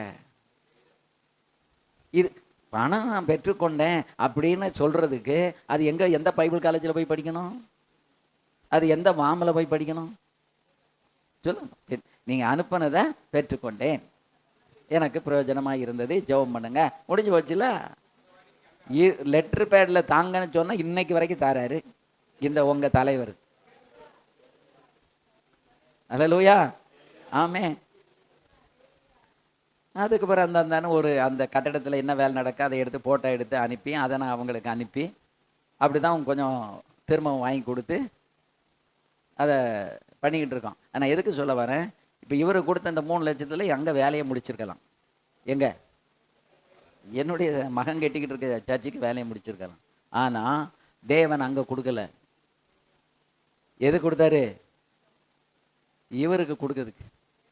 இப்போ நான் இவருக்கு கொடுத்துட்டு நான் அடுத்து ஜெபம் பண்ணி இன்னைக்கு காலையில் கூட ஆண்டவரே அந்த வேலை அப்படியே கிடக்கப்பா, அதுக்கு ஏதாவது ஒரு வழியை திறங்க ஆண்டவர். இன்னைக்கு காலையில் கூட நான் புதுக்கோட்டையில் இருக்கையில் ஜெபம் பண்ணிட்டு தான் வரேன். ஆமென். அப்போ அவர் எப்போ கொடுக்கணும்னு நினைக்கிறாரோ அப்போ என்ன செய்வார்? கொடுப்பாரு. அது வரைக்கும் எப்படி இருக்கணும்? கொஞ்சம் காத்து இருக்கணும், பொறுமையாக இருக்கணும். அப்போ நம்ம கையில் வர்றதெல்லாம் யாருக்குரியதல்ல, நமக்குரியதல்ல. அது நம்ம மூலமாக பலரை ஆசீர்வதிக்கிறதுக்கு கர்த்தர் நம்மளை ஒரு மூலமாக கர்த்தர் பயன்படுத்துவார். இதுதான் ஊழியத்தை நீங்கள் கௌரவிக்கிற விதம். அல்லேலூயா. நம்ம மூலமாக சில விசுவாச பிள்ளைகளை வளர்த்து ஆளாக்குறதுக்கு கர்த்தர் உதவி செய்வார். அல்லேலூயா. ஆனால் அவங்க நன்றியாக இருப்பாங்களா? இருக்க மாட்டாங்க. அழைக்கப்பட்ட ஊழியக்காரனே அழைத்த கர்த்தருக்கு நன்றியா இல்லையே, பிறகு எப்படி விசுவாசிகள் நமக்கு நன்றியாக இருக்கிறவங்க எதிர்பார்க்க முடியும்? இருக்காங்க பாஸ்டர், நன்றியாகவும் இருக்கிறாங்க, நன்றியாகவும் இல்லாமலும் இருக்காங்க. அப்போ நன்றியாக இல்லாமல் இருக்கவங்கள பார்த்து நம்ம ஓயாமல் புலம்பிக்கிட்டு இருந்தால் என்ன செய்யுது? முறையிட வேண்டாம். அவங்களுக்கு உதவி செய்து உங்கள் வாழ்க்கையை செட்டில் பண்ணுறதுக்கு நமக்கு ஒரு வாய்ப்பை கர்த்தர் கொடுத்தாரு. செய்தோம், முடிஞ்சு போச்சு, கர்த்தருக்கு தோத்திரம், அல்லேலூயாட்டே பெயரணும். அவங்க திருப்பி நம்மளை பார்த்தாலும் சரி, ஜெபம் பண்ணாலும் சரி, அவங்க காணிக்க கொடுத்தாலும் சரி, குடிக்காமலியாக போனாலும் சரி, நம்ம கடமை முடிந்தது. நாம் அதில் உண்மையாக இருந்தோம். கர்த்தருக்கு மகிமை உண்டாவதாக. அப்போ நம்முடைய அழைப்பை கனப்படுத்துவது மூலத்தை நினைச்சு பார்க்கணும். எப்படி? இப்போ நான் நினைக்கிறேன், நான் என்னை கர்த்தர் அழைத்தாரு, எங்கள் அப்பா என்னை ஒப்பு கொடுக்க மாட்டேன்ட்டாங்க, 2.25 வருடம் நான் அரும்பாடுபட்டு ஜெபம் பண்ணிக்கிட்டு இருந்தேன். 2.25 வருடத்துக்கு பிறகு எங்கள் தகப்பனார் நீ ஊழியத்துக்கு போகணும்னு சொன்னார். அதுக்கு பிறகு தான் நான் பைபிள் காலேஜுக்கு என்ன செஞ்சேன், போனேன். எங்கள் அப்பா போகணும்னு சொல்லிட்டாங்க ஊழியத்துக்கு. நாங்கள் லீவு முடிஞ்சு எங்கே வாரேன். அங்கே அப்பா அந்த கிறிஸ்மஸ் லீவில் பெங்களூர்லேருந்து சாது பெண்ணி, அப்புறம் மதுரையில் எவனேசர் தெரியுமில்ல, இவங்க 2 பேரும் அங்கே வந்திருக்காங்க மீட்டிங்க்கு. எனக்கு ஒரு எண்ணம் என்னன்னா, நம்ம ஊழியத்துக்கு போனோம், நம்ம பாஸ்டரையா இதை பற்றி ஒரு வார்த்தை கூட பேச மாட்டாங்களே. ஊழியத்துக்கு போனேன், உன்னை அனுப்புகிறேன் அனுப்பலை, எதையுமே பேச மாட்டேங்காங்க. நாங்கள் கொண்டு வந்து 2.5 வருஷத்துக்கு முன்னால் கொண்டு வந்து கொடுத்த அந்த அப்ளிகேஷனையும் எங்கே போட்டாங்க, ட்ராயருக்குள்ளே போட்டு பூட்டி வச்சுட்டாங்க. ஒரு வார்த்தை பதில் சொல்ல மாட்டேங்காங்களே. ஏன்னா எனக்கு ஆதங்கமாக வருது. ஆனால் நம்ம போய் பாஸ்டர்கிட்ட கேட்க முடியுமா? முடியாது. நம்ம பாட்டுக்கு பணிவிட செஞ்சுக்கிட்டு வச்சுக்கிட்டே இருக்கோம். திடீர்னு அந்த 2 பேரை பார்த்து, நீங்கள் இங்கேருந்து போன உடனே எஸ்ஏபிசிலேருந்து ஒரு அப்ளிகேஷன் வாங்கி மனோகருக்கு அனுப்பி வைங்க, அடுத்த வருஷம் மனோகரை எஸ்ஏபிசிக்கு வாராருன்னாங்க. எனக்கு உள்ளத்துக்குள்ள குதூகலம் தாங்கலை. ஆமே, என்ன அந்த ரகசியம் உடைஞ்சிட்டுல. ஏன் இதுவரைக்கும் அமைதியாக இருந்தாங்க? எதுக்கு இருந்தாங்க? ஆண்டவர் ஒரு வார்த்தை சொன்னார்ல, இல்லை அதாவது ஏற்ற காலத்தில் உன்னை உயர்த்தும்படி என் பலத்த கரத்தின் கீழ் அடங்கி இருந்த சொன்னார்ல. அந்த 2.5 வருஷம் அடங்கி இருந்தனுடைய விளைவை இப்போ எங்கள் அம்மா அப்பாவும் பெர்மிஷன் கொடுத்துட்டாங்க.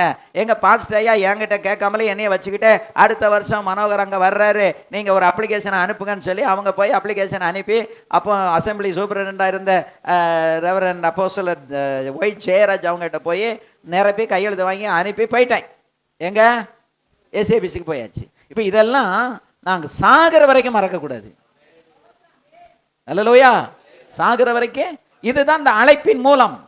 எப்படி கர்த்தர் நம்மை அழைத்தார், உங்களை எப்படி கர்த்தர் அழைத்தார், என்ன நிலைமையிலிருந்து நீங்கள் அழைக்கப்பட்டீர்கள். எலிசா நினைப்பானே, நான் 12வது ஏர் பூட்டி போய் கொண்டிருக்கும் பொழுது எலியாவினுடைய சால்வை என் மேலே வந்து விழுந்தது. அந்த சால்வை விழுந்த உடனே என்ன ஏது ஒரு விளக்கம் சொல்லாம ஏற்பாடு அப்படியே விட்டுட்டு அவன் பிறகே ஓடினான் அல்லவா. that is a power of the Holy Spirit. அதுதான் எது? அழைப்பின் வல்லமை, அபிஷேகம். இந்த சால்வை வந்து விழுந்த உடனே அவன் என்ன செஞ்சான்? பின்னாலே ஓடிட்டான். அல்லேலூயா.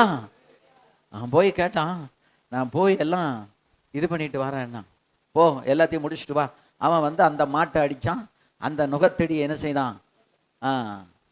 நெருப்புக்காக விறகா வைத்தான். எல்லாத்தையும் முடிச்சுட்டு கிட்டத்தட்ட ஒரு 6 வருஷம் யாருக்கு பின்னால் இருந்தான்? 6 வருஷம் அவன் என்ன பண்ணான்? எதுவுமே அங்கே இல்லை, எல்லாம் சைலண்ட். அப்போ நம்ம வாழ்க்கையில் நம்ம அழைப்பை தேவன் வந்து கனப்படுத்துவதற்கு முன்பு அவர் நம்ம அழைப்பை சைலண்டாக கர்த்தர் வச்சிருப்பார். அந்த சைலண்டாக இருக்கும்போது அமைதியாக நீங்கள் இருந்தீங்கன்னா, இப்போ நான் 2.5 வருஷம் அமைதியாக இருந்தேன். முண்டலை, வாக்குவாதம் பண்ணலை, எங்கள் அப்பாட்ட போய் சண்டை போடலை. எங்கள் பாசையாட்ட வந்து எனக்கு இப்படி இந்த தீர்க்க தரிசனம்லாம் வந்திருக்கு, கர்த்தர் சொல்லியிருக்காரு, நீங்கள் ஒன்றுமே கண்டுக்கிட மாட்டேங்கிங்க அப்படி நாங்கள் போய் ஒன்றும் கேட்கல. கர்த்தர்கிட்ட நான் ஜெபம் பண்ணிவிட்டு ஒரே ஒரு வார்த்தை, ஆண்டவரே எனக்கு தெரியும், என்னை படைத்தவர் நீர், என்னை அழைத்தவர் நீர், என்னை கனப்படுத்துகிற நீர் உங்கள் சித்தத்தை செய்யுங்கன்னு நான் அமைதியாக இருந்தேன். அங்கே வாசல் திறக்கப்பட்டது, இங்கேயும் வாசல் திறக்கப்பட்டது, போயாச்சு. உங்கள் பாஸ்டர் அனுப்பிட்டாங்க. நிறைய பாஸ்டர் அனுப்பவே மாட்டாங்களா நம்ம கையால்? நீங்கள் கர்த்தருடைய சமூகத்தில் கண்ணீர் வடித்து ஜெபம் பண்ணா, உடைந்து நொறுங்கி ஜெபம் பண்ணா, அந்த பாஸ்டர் தன்னால் அனுப்பிடுவார். நீங்கள் தான் வாக்குவாதம் பண்ணிக்கிட்டு இருக்கீல, நீங்கள் தர்க்கமெல்லாம் பண்ணிக்கிட்டு இருக்கிய, நீங்கள் கோபமெல்லாம் பட்டுக்கிட்டு இருக்கிய.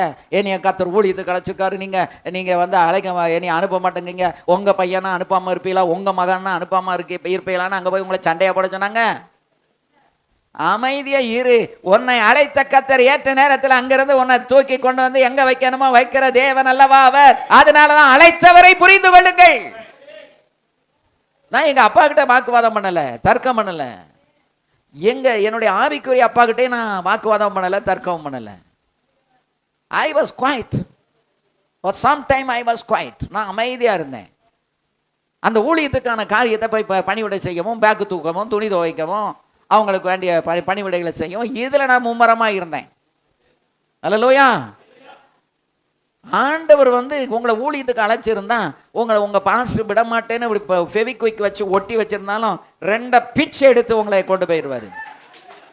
அரண்மனையோட ஒட்டி கொண்டிருந்தான் மோசே. ஆனால் அவனுக்குள்ள அவனுடைய கோபத்தின் மூர்க்கத்தினால ஒரு கொலை.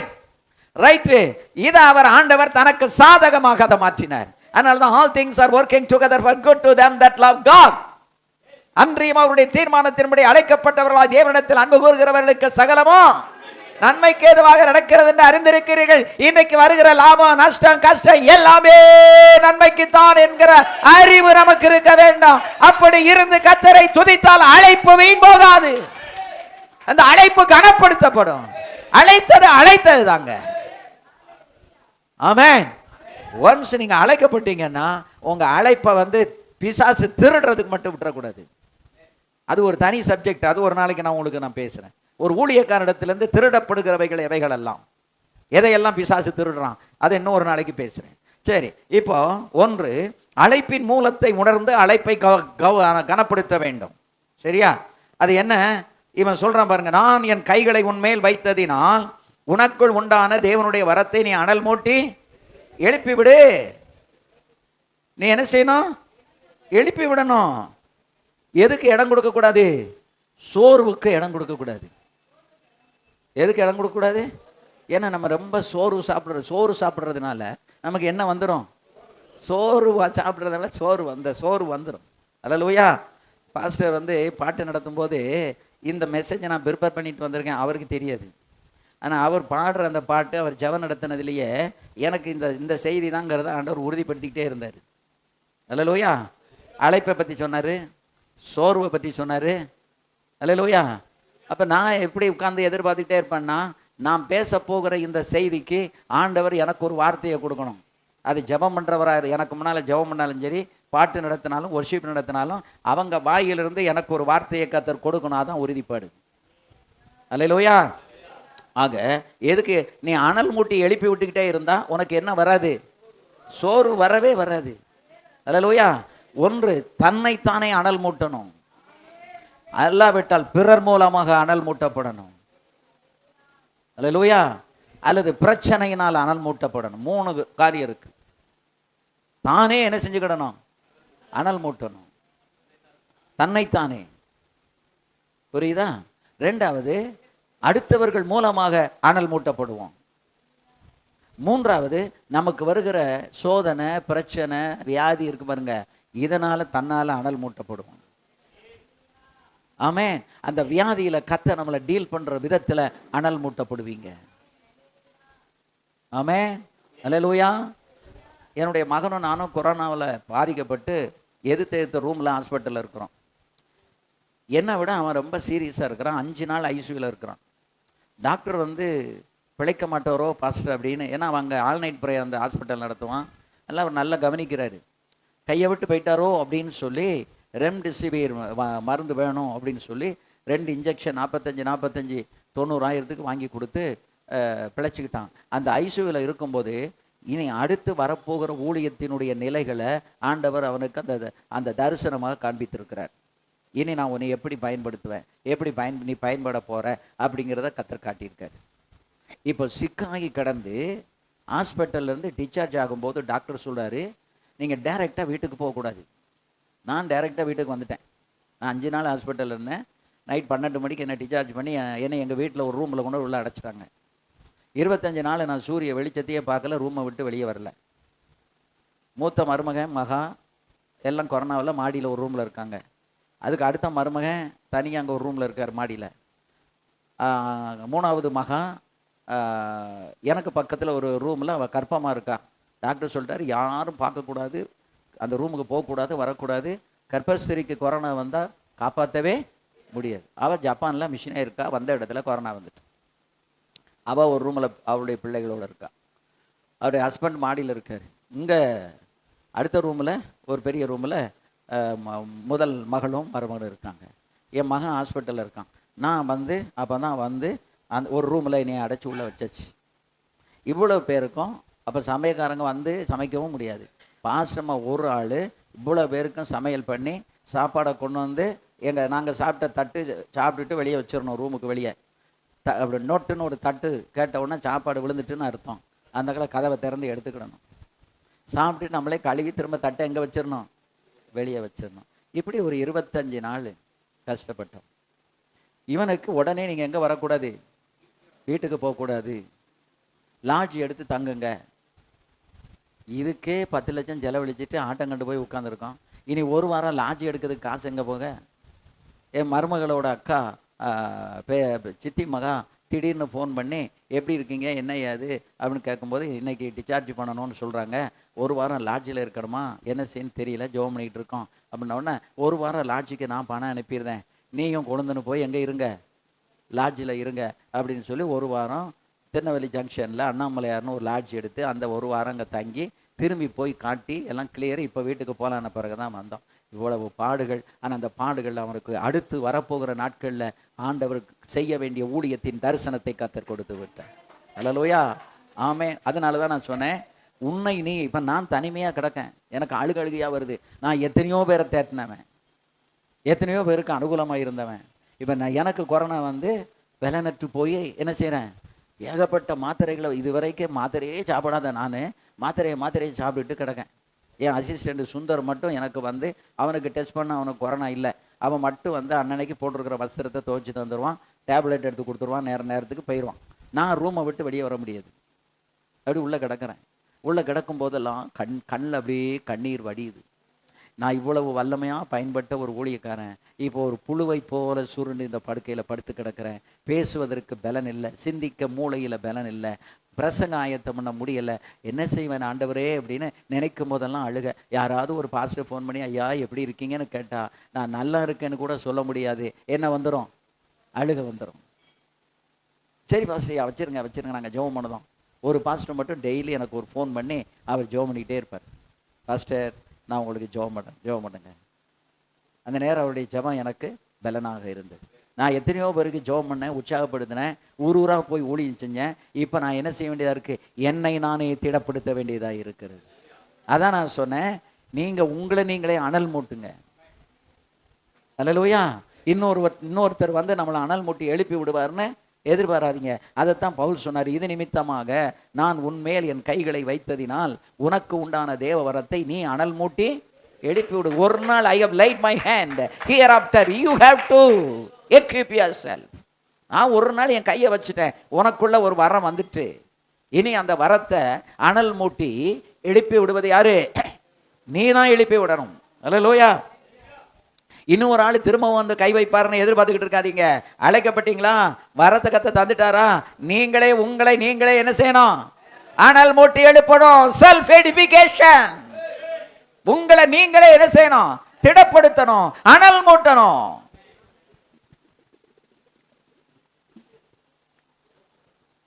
நம்மளே எப்படி அனல் மூட்டுறது? தேவ சமூகத்தில் உட்கார்ந்து நீங்க உடைகிறீங்கல்ல, அழுகிறீங்கல்ல, அப்போ உங்களுக்குள்ள தன்னால ஒரு அனல் மூலம். ஆமே. நம்ம அழுதுட்டோம் உடஞ்சிட்டோம்னு நினைக்காதீங்க. அந்த அழுகையும் அந்த கண்ணீரும் அந்த உடைவும் தான் உங்களுக்குள்ளே ஒரு அனல் மூட்டத்தை கொடுக்கும். ஒரு வைராக்கி. என்ன ஆண்டவர் பிழைக்க பண்ணிட்டாரு. நான் 25 நாள் அந்த கொரோனாவில் இருந்து எழும்பிட்டேன். அந்த கொரோனாவுக்கு முன்னாலே ஒரு பாஸ்டர் வந்து என் மகளுக்கு நீங்கள் தான் ஏன் திருமணம் நடத்தணும் அப்படின்னு ராஜபாளையத்தில் டேட் வாங்கியிருந்தார். நான் சரி அப்படின்னா, அதுக்கு இடையில யார் நினச்சா இப்படியெல்லாம் கொரோனா வந்து சிக்கல மாட்டோன்னு யாருக்கு தெரியும். இப்போ அவர் சொல்கிறாரு, கொரோனா எல்லாம் முடிஞ்சு சரி இப்போ எல்லாம் கொஞ்சம் ஸ்டாண்டர்டைஸ் ஆயிடுச்சு, நீங்கள் வரணும் அப்படிங்கிறாரு. இப்போ நான் வந்து பாஸ்டர் அம்மாட்ட சொல்கிறேன், ஏம்மா முன்னாலே ஒரு டேட்டு கொடுத்துட்டேன், அதனால் நான் வந்து ராஜபாளையத்துக்கு போகணும். என்னது நீங்கள் கல்யாணம் நடத்தா, அந்த அந்த கூட்டத்தில் போய் நின்னா நீங்கள் நடத்த போகிறீங்க, என்ன நீங்கள் எப்படின்னு அவங்க பேசப்பட ஆரம்பிச்சிட்டாங்க. ஏம்மா வேறு வழி இல்லை, 2 மாஸ்க்கு. என்னது 2 மாஸ்க்கு, கையில் 2 க்ளவுஸ், சட்டை, அதுக்கு மேலே சூட்டு போட்டு, பாஸ் உங்களை நம்பி நான் பாஸ்டர் ஐயாவை அனுப்புகிறேன். கல்யாணத்தை சாலமனைஸ் பண்ணி முடித்த உடனே டக்குன்னு காரு கொண்டு வந்து எங்கே கூட்டிகிட்டு வந்துடணும், வீட்டுக்கு கூட்டிகிட்டு வந்துடணும். சரி பாஸ்டர்மா நான் பார்த்துக்கிட்டேன். அங்கே போய் பார்த்தா அநியாயத்துக்கு ஒரு மேடையில் நிறைய பாஸ்டர் இருக்காங்க, என்னையை தவிர ஒரு பாஸ்டர் வாயிலும் என்ன இல்லை, மாஸ்க் இல்லை. மாசு இருக்கு, மாஸ்க் இல்லை. முன்னால கூட்டம் இருக்கு, ஆனா என்ன இல்லை, ஒன்றாவது மாஸ்க் போடலை. நான் அது பின்னால் இருக்க ரூமில் போய் என் சூட்டு இதெல்லாம் திரும்ப ஒரு தடவை செக் பண்ணிட்டு வந்து உட்காந்து பக்கத்தில் பேசலை, இங்கே பேசலாம், அப்படியே கண்ணை மூடிட்டு இருக்கேன். என் டைம் வந்தது, பிரசங்கம் பண்ணேன், சாலமனைஸ் பண்ணேன், தலை தப்புனது தம்புராம் புண்ணியம்னு காருக்கு ஓடிட்டேன். இவரும் என் பின்னாலே வந்துட்டார். காரில் ஏற போகையில் அங்கே ஒரு பாஸ்டர் இருந்துட்டு அழுகிறாரு. ஐயா நான் உங்களை சந்திக்கணும், என் ஊழியமெல்லாம் ஸ்தம்பிச்சு நிற்குது, எனக்கு என்ன செய்யன்னு தெரியல, கட்டடம் அப்படியே நிற்குது, ஊழியம் நிற்குது, என் மூலமாக அற்புதங்கள் நடந்தது, ஒருத்தரும் சர்ச்சுக்கு வரல அப்படின்னு அழுகிறாரு. எனக்கு ஒரு டைம் தாங்கங்காரு. இப்போ நீங்கள் வீட்டுக்கு வாங்கன்னா எப்படி சொல்ல, ஏற்கனவே எங்கள் குடும்பமாக இணைஞ்சிருக்கோம், பாதிக்கப்பட்டிருக்கான். சரி நான் பாப்பல்ல, எனக்கு நாளைக்கு டைம் தாங்கங்காரு. அப்படியே அழுகிறாரு சின்ன பிள்ளை மாதிரி. எனக்கு அந்த இடத்த தப்பிக்கணும்ல, சரி நீங்கள் வாங்க அப்படின்னு சொல்லிட்டு காரில் ஏறி கிளம்பிட்டோம். மறுநாள் காலையில் பசியாசு நானும் வாக்கிங் போய்கிட்டு இருக்கோம். நீங்கள் ஒரு ஃபோன் பண்ணி அவர்கிட்ட சொல்லிடுங்க, ஒரு வாரம் கழித்து வர சொல்லுங்க அப்படின்னு ஃபோன் பண்ணுறாரு இவர். அவர் சொல்லிட்டு நான் ராமையன்பட்டி வந்து தச்சனூரில் இறங்கிட்டேங்காரு காலங்காத்தால. எனக்கு என்ன செய்யனே தெரியல. இப்போ யாரை சமாளிக்கணும்? பாஸ்டமாவை சமாளிக்கணும். ஏன்னா அவங்க தானே எல்லாருக்கும் சமையல் பண்ணி பாடுபட்டவங்க. நான் போய் சொன்னேன் இப்படின்னு. இப்போ எங்கே வச்சு நீங்கள் பேச போகிறீங்க அவர்கிட்ட? முதல்ல அந்த இடத்த சொல்லுங்கள். சர்ச்சில் தாம்மா இருந்து பேசணும் தனியாக உட்காந்து. நான் உங்களை எப்படி நம்பி? அவர் வர்றவருக்கு என்ன இருக்குன்னு யாருக்கு தெரியும்? சிக்கல், கடுமையான சிக்கல்ல, இடியாப்ப சிக்கல்.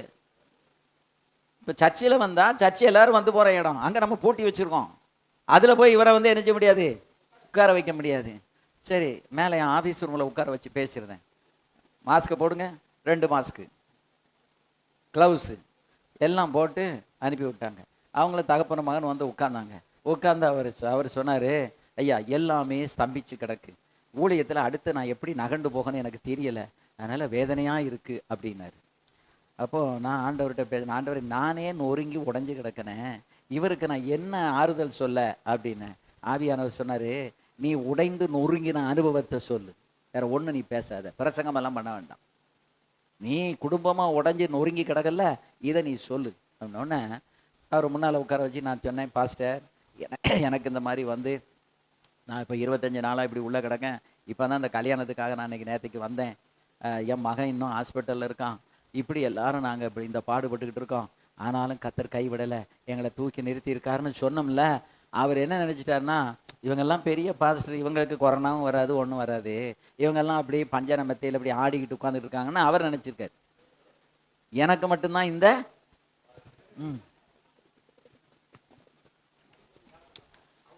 பாடுகளின் ரகசியம் எல்லாருக்கும் உண்டு.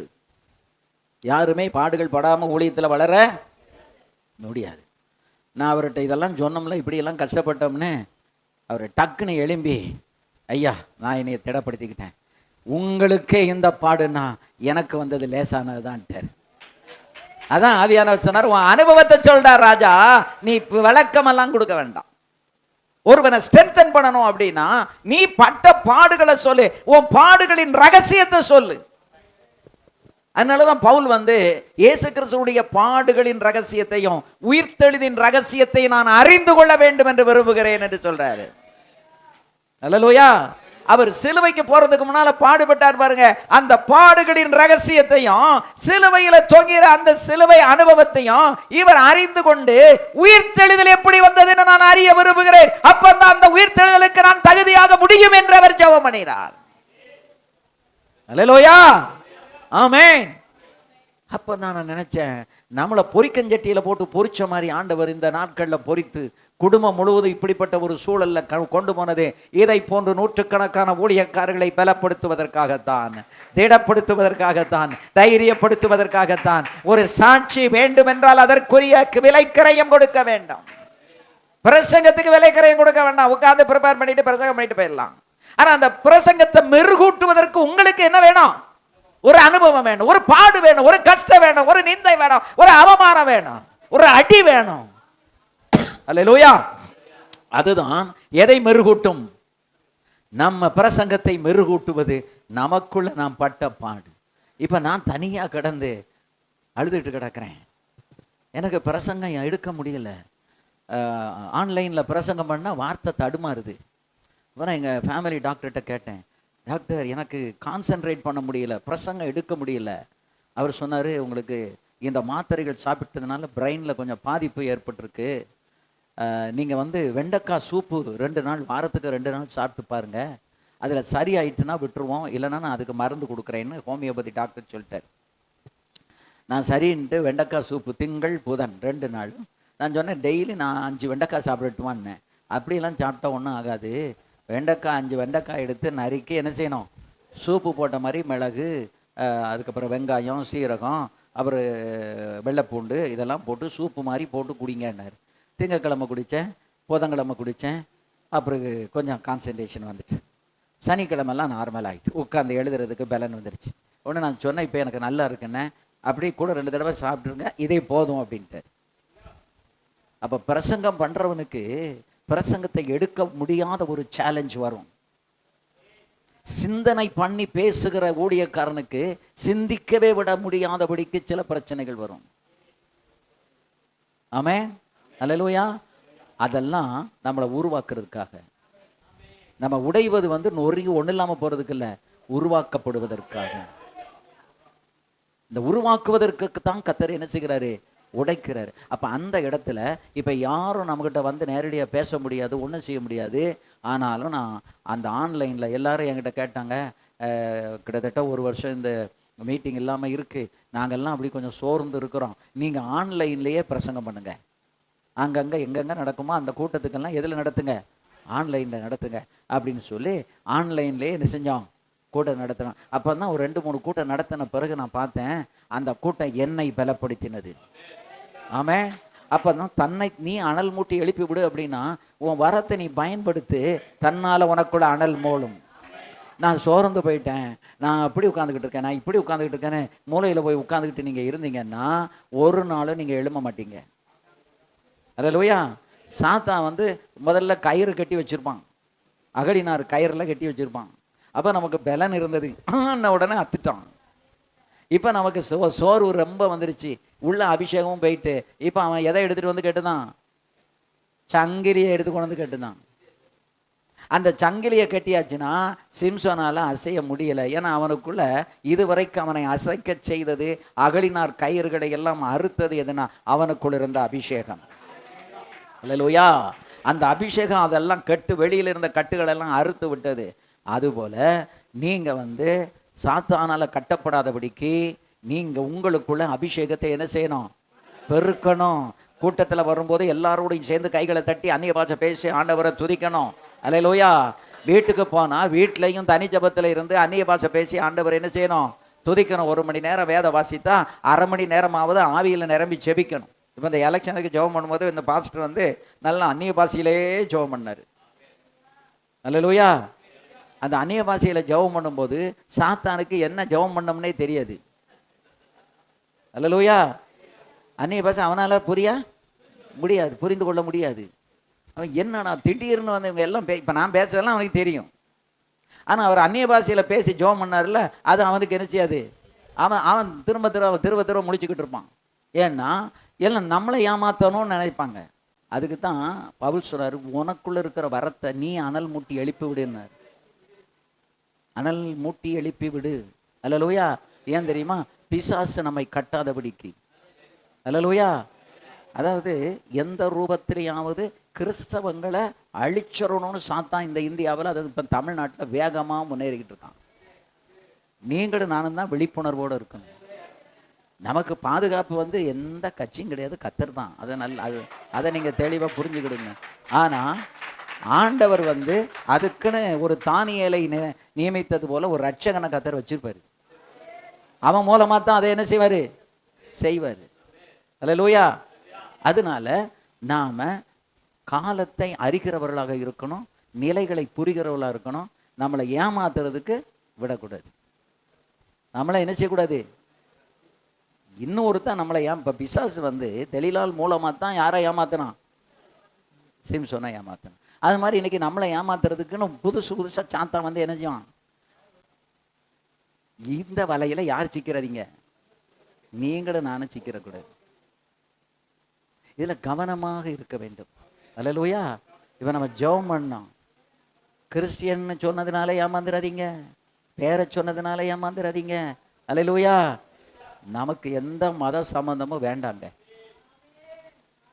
மத சம்பந்தம் இல்லாத ஒன்று தான் நமக்கு வேணும். ஏன்னா நம்ம எல்லாருக்கும் சுவிசேஷத்தை அறிவிக்கிறவங்க, எல்லா மக்களுக்கும் நான் ஆண்டவருடைய ஆசீர்வாதத்தை கொடுக்குறவங்க.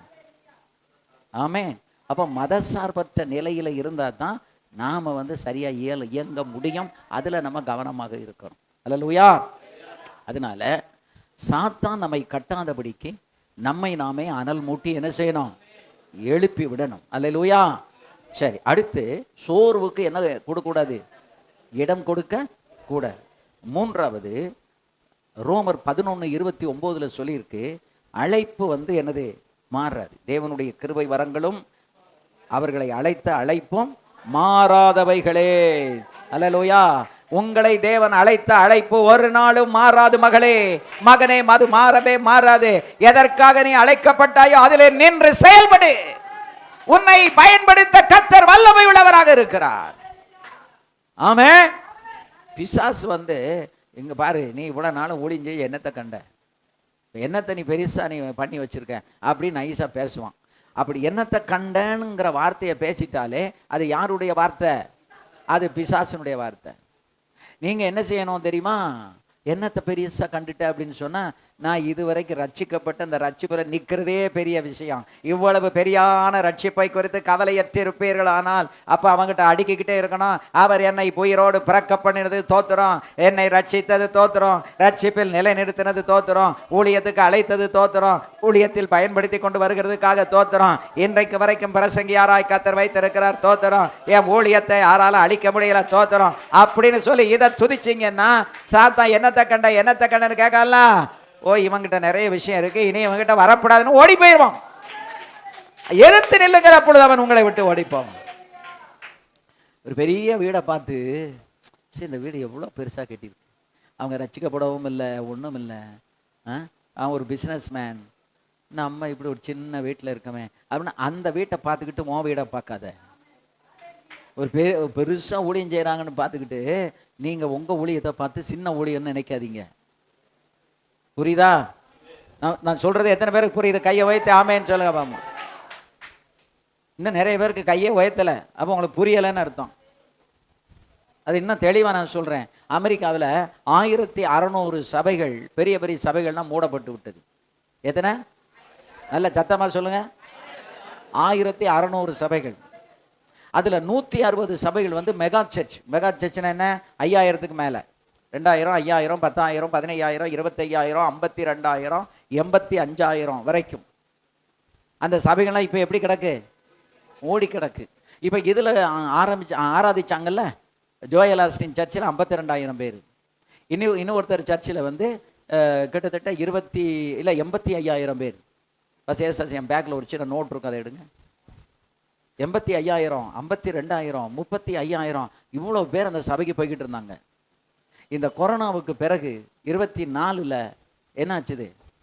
எல்லாமே டவுன் ஆகி இப்போ அந்த சபைகள்லாம் பூட்டி கிடக்கு. அப்போ இதில் இருந்த இந்த பல லட்சக்கணக்கான மக்கள் எங்கே போனாங்க? அது ஒரு கேள்வி இருக்கா இல்லையா? அவங்க எங்கேயாவது ஒரு இடத்துல இருக்கணும்ல, இருக்கணுமா இருக்கக்கூடாதா? இருக்கணும். இப்போ அவங்க எங்க? எல்லாம் தேடி தேடி பார்க்காங்க, ஆனால் அவங்க காணவில்லை. அப்போ எங்கே போனாங்க?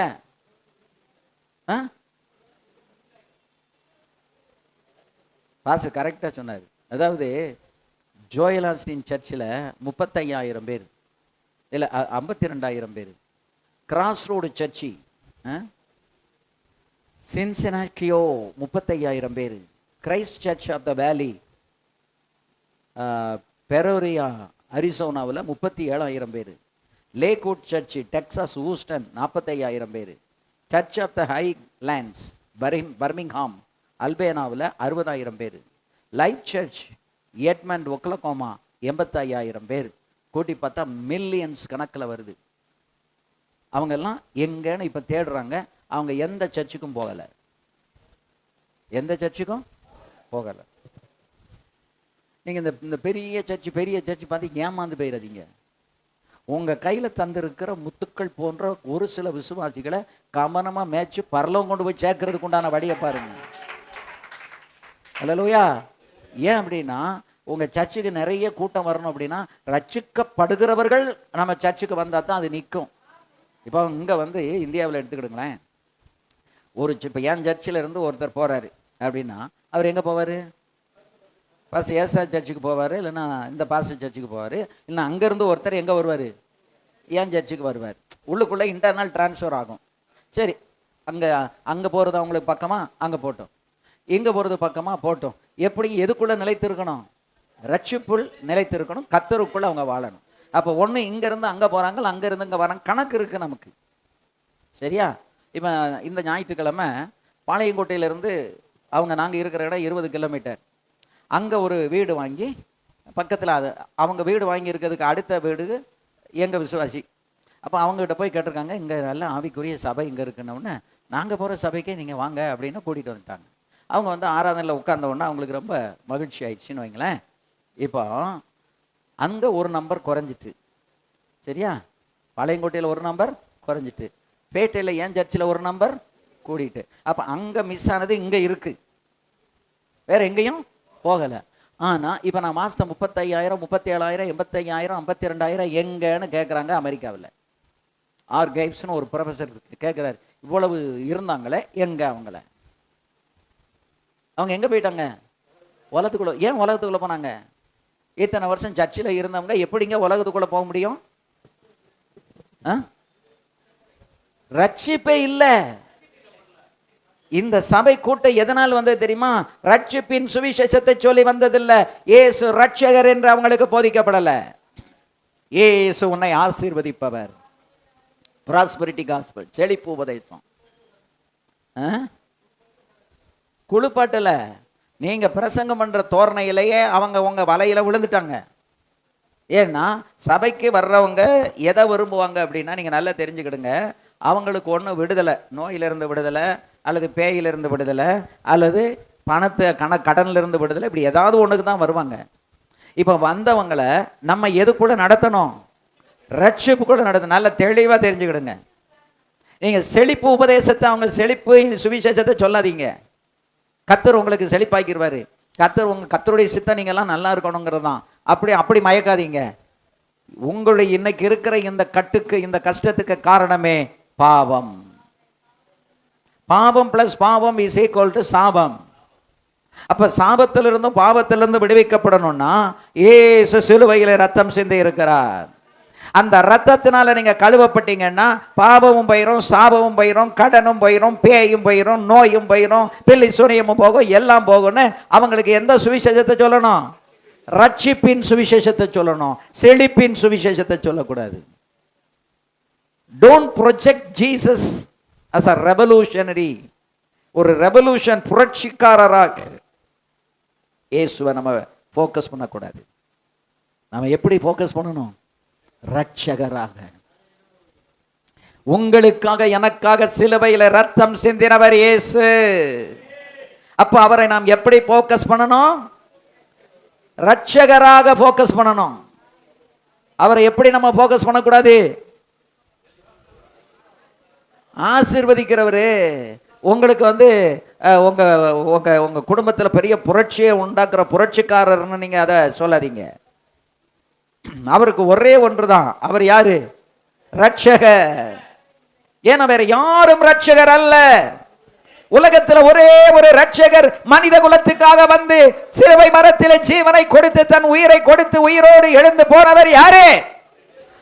ஆண்டவராகிய இயேசு கிறிஸ்து. சத்தமா சொல்லுங்க, அவர் ஒருவரே. அப்ப அந்த இயேசுவை எப்படி நம்ம ப்ரொஜெக்ட் பண்ணணும்? ரட்சகராக ப்ரொஜெக்ட் பண்ணணும். அல்லேலூயா. அப்ப இயேசுவை ரட்சகராக காண்பிப்பதற்கு பதிலாக ஒரு புரட்சியாளர் மாதிரியும், வியாதியை குணமாக்குறவர் மாதிரியும், அப்புறம் ஆசீர்வாதத்தின் பாத்திரமாகவும் நீங்க ப்ரொஜெக்ட் பண்ணீங்கன்னா அவங்க எல்லாரும் அதைத்தான் பார்ப்பாங்க. இப்போ எல்லாம் அப்படித்தான் பார்த்து வந்தாங்க சபைக்கு. இருந்தாங்க, 2 வருஷம் இருந்தாங்க, 5 வருஷம் இருந்தாங்க, 10 வருஷம் 15 வருஷம் கூட இருந்தாங்க. அதுக்கப்புறம் எல்லாரும் சபையை விட்டு போனா இன்னொரு சபைக்கு போகலை, உலகத்துக்குள்ள போயிட்டாங்க. ஏன்னா அவங்க ரட்சிக்கப்படலை. அவங்க என்ன செய்யல? ரட்சிக்கப்பட. அப்ப ரட்சிக்கப்படாதவங்கள தான் போய் மிங்கிள் ஆவாங்க. அதனால இந்த பெரிய பெரிய சபையை பார்த்துட்டு கொட்டாய் விட்டுக்கிட்டு இருக்காதீங்க. அல்லேலூயா. உங்களுக்கு எத்தனை ஆத்மாவை தரணும்னு கர்த்தர் சித்தம் வச்சிருக்காரோ அத்தனை ஆத்மாவை கண்டிப்பா தருவார். எத்தனை சபையை உங்களை கொண்டு கட்டணும்னு ஆண்டவர் சித்தம் வச்சிருக்கிறாரோ அத்தனை ஊழியக்காரங்களை உங்க மூலமா எழுப்பி அத்தனை சபைகளை கட்டியே தீருவாரு. அல்லேலூயா. சோ சபைகள் பெருகணும்னு ஜெபம் பண்ணுங்க. ஒரே சபையில கூட்டம் கூடணுங்கிற ஜெபம் வேண்டாம். ஒரே சபையில கூட்டம் கூடனா அது விளங்காம போயிடும். நீங்க அமெரிக்காவில் உள்ள பெரிய சபைகளில் இருந்தவங்களை நீங்க பேட்டி எடுத்து போட்டிருக்கிறாங்க. ஃபெய்த்தில் வளரவும் முடியாது, போதக பராமரிப்பு கிடைக்கவும் கிடைக்காது. அல்லேலூயா, ஆமென். ஏன்னா நமக்கு நூற்றுக்கணக்கில் அங்கே வந்துட்டுன்னு வைங்க, நம்ம யாரை விசாரிப்போம், யாரை கேட்போம், யாரை பராமரிப்போம்? ஒரு இடமும் இருக்காது. விளங்காமல் போகணுன்னு ஆசையாக இருந்தால் அப்படி போங்க. அதான் நீங்கள் விளங்கக்கூடாதுன்னு நினச்சா நீங்கள் தாராளம் போங்க. எங்கள் சபையில் ஒரு 300க்குள்ளே தாங்க இருக்குது. இந்த 300 பேரை விசாரித்து அவங்கள நல்ல தேர்ச்சி உள்ளவங்கள நடத்துறதுக்கே நான் தன்னால் தலையை கீழே ஊனி நடந்துக்கிட்டு இருக்கேன். ஒரு குடும்பத்தில் பிரச்சனை வந்துருச்சா, அந்த பிரச்சனைக்கு போய் உடனே பார்க்கணும், அவங்களுக்கு ஃபோன் பண்ணணும். இப்போ புதுசாக ஒரு குடும்பம் வந்தாங்க. வந்த அன்னைக்கே சொல்கிறாங்க, கனவுல வந்து நாய் வருது, நாய் விரட்டுற மாதிரி இருக்குது, நாய் கப்பிட்டு போகிற மாதிரி இருக்குது. சரிம்மா, ஒன்றும் இல்லை, இது ஒரு பிசாசு போராட்டம். நாயை கண்டாலும் சரி, அல்லது எரும மாட்டை கண்டாலும் சரி, அல்லது யானையை கண்டாலும் சரி, சர்ப்பத்தை கண்டாலும் சரி, இதெல்லாம் என்னது? பிசாசினுடைய போராட்டம். இப்போ முந்தா நாள் ஜெபம் பண்ணேன். இன்றைக்கி நேற்றுக்கு நைட்டு நான் மீட்டிங்கில் இருந்ததுனால நைட்டு ஜெபம் பண்ண முடியல. இன்றைக்கி காலையில் கேட்க, நான் நைட்டில் நல்லா தூங்கிட்டேன், ஒரு கனவும் வரல. இன்னொரு விசுவாசி, அவர் ரொம்ப நாள் என்கிட்ட சொல்லலை, பயங்கரமான சர்ப்பம் வந்து உலாவிக்கிட்டு இருக்கு கனவுல. படுத்த கண்ணை மூடின உடனே சர்ப்பம் வந்துடும். எங்கே தூங்க? ஒரு நாள் திடீர்னு நான் கேட்டேன், அவன் முகம் வந்து ஒரு மாதிரி இருக்க, என்ன நீ எப்படி இருக்க அப்படின்னு. ஐயா, ஒரே கனவுல சர்ப்பமாக வந்துக்கிட்டு இருக்கு. இதை சொல்லி தொலைக்க வேண்டாமா? நைட்டில் ஒரு 8 மணிக்கு ஃபோன் பண்ணு, 8லேருந்து 9க்குள்ளே. இப்போ டெய்லி ஜெபம் பண்ணி இப்போ அந்த கனவுல ஒன்றும் வர்றதில்லை. ஆமே. ஒரு பாஸ்டர் திருமங்கலத்தில் என்கிட்ட வந்து சொன்னார், பாஸ்டர் நைட்டு படுத்தா ஒரே சர்ப்பங்களாக வருது, தூக்கம் கலைஞ்சிருது, என்ன செய்யன்னு தெரியலைன்னாரு. நான் சொன்னேன், நீங்கள் அந்த கனவு உங்களுக்கு நிற்கிற வரைக்கும் எனக்கு நைட்டில் கூப்பிடுங்க, ஒரு 9 மணிக்கு எனக்கு கூப்பிடுங்க. அவர் என்னை கூப்பிடுவார், 2 வார்த்தை ஜெபம் பண்ணிவிட்டு அந்நிய பாஷையில் ஒரு 5 நிமிஷம் 2 நிமிஷம் அந்நிய பாஷையிலேயே பேசி ஜெபம் பண்ணி முடிச்சிருவார்.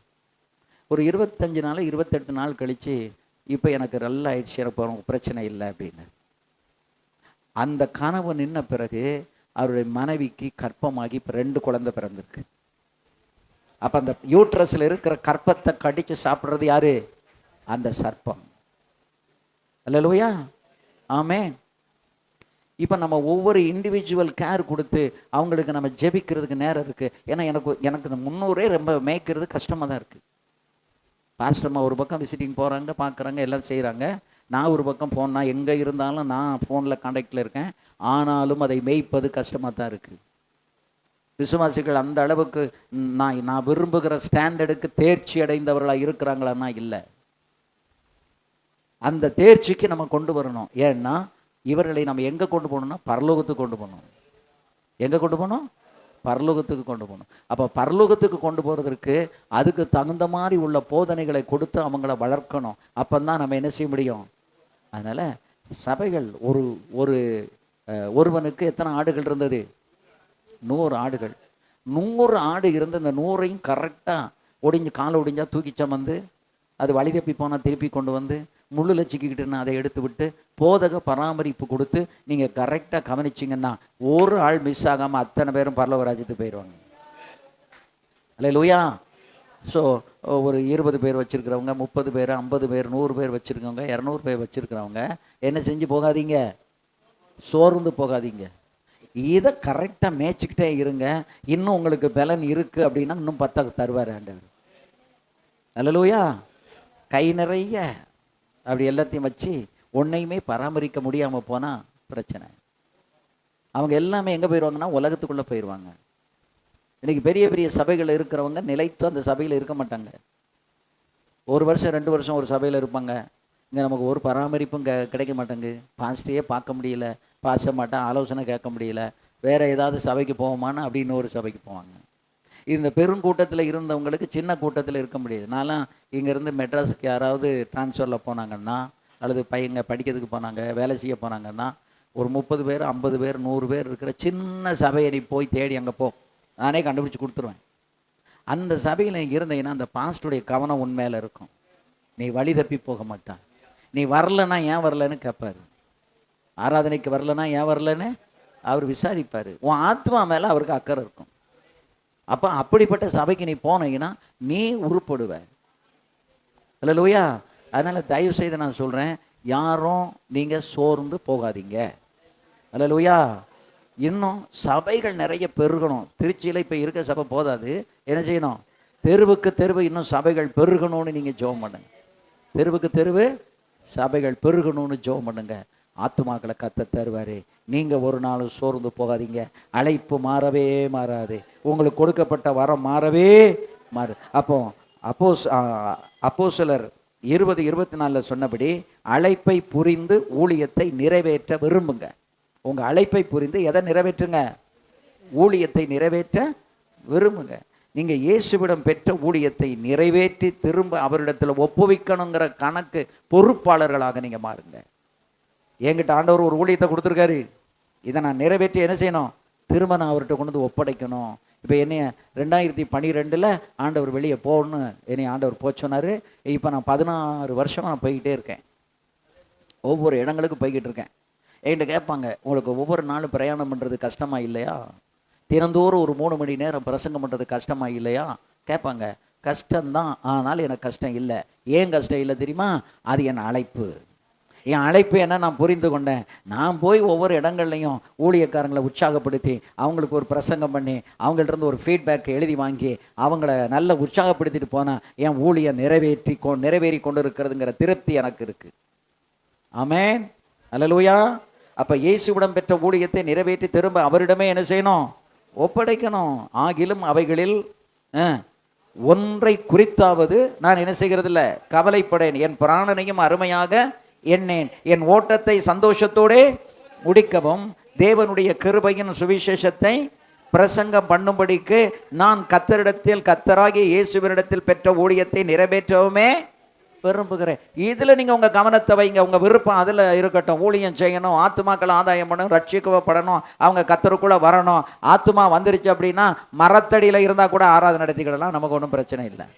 அல்லேலூயா, ஆமென். எங்கே நின்று நடத்தலாம்? நான் ஒரு முறை எங்கள் கிளை சபையை இடம் கிடைக்கல, காலி பண்ண சொல்லிட்டாங்க. நான் சொல்லிட்டேன், அடுத்த வாரம் இதுக்கு பக்கத்தில் இருக்கிற இந்த மரத்து நிழலில் தான் என்ன நடக்கும்?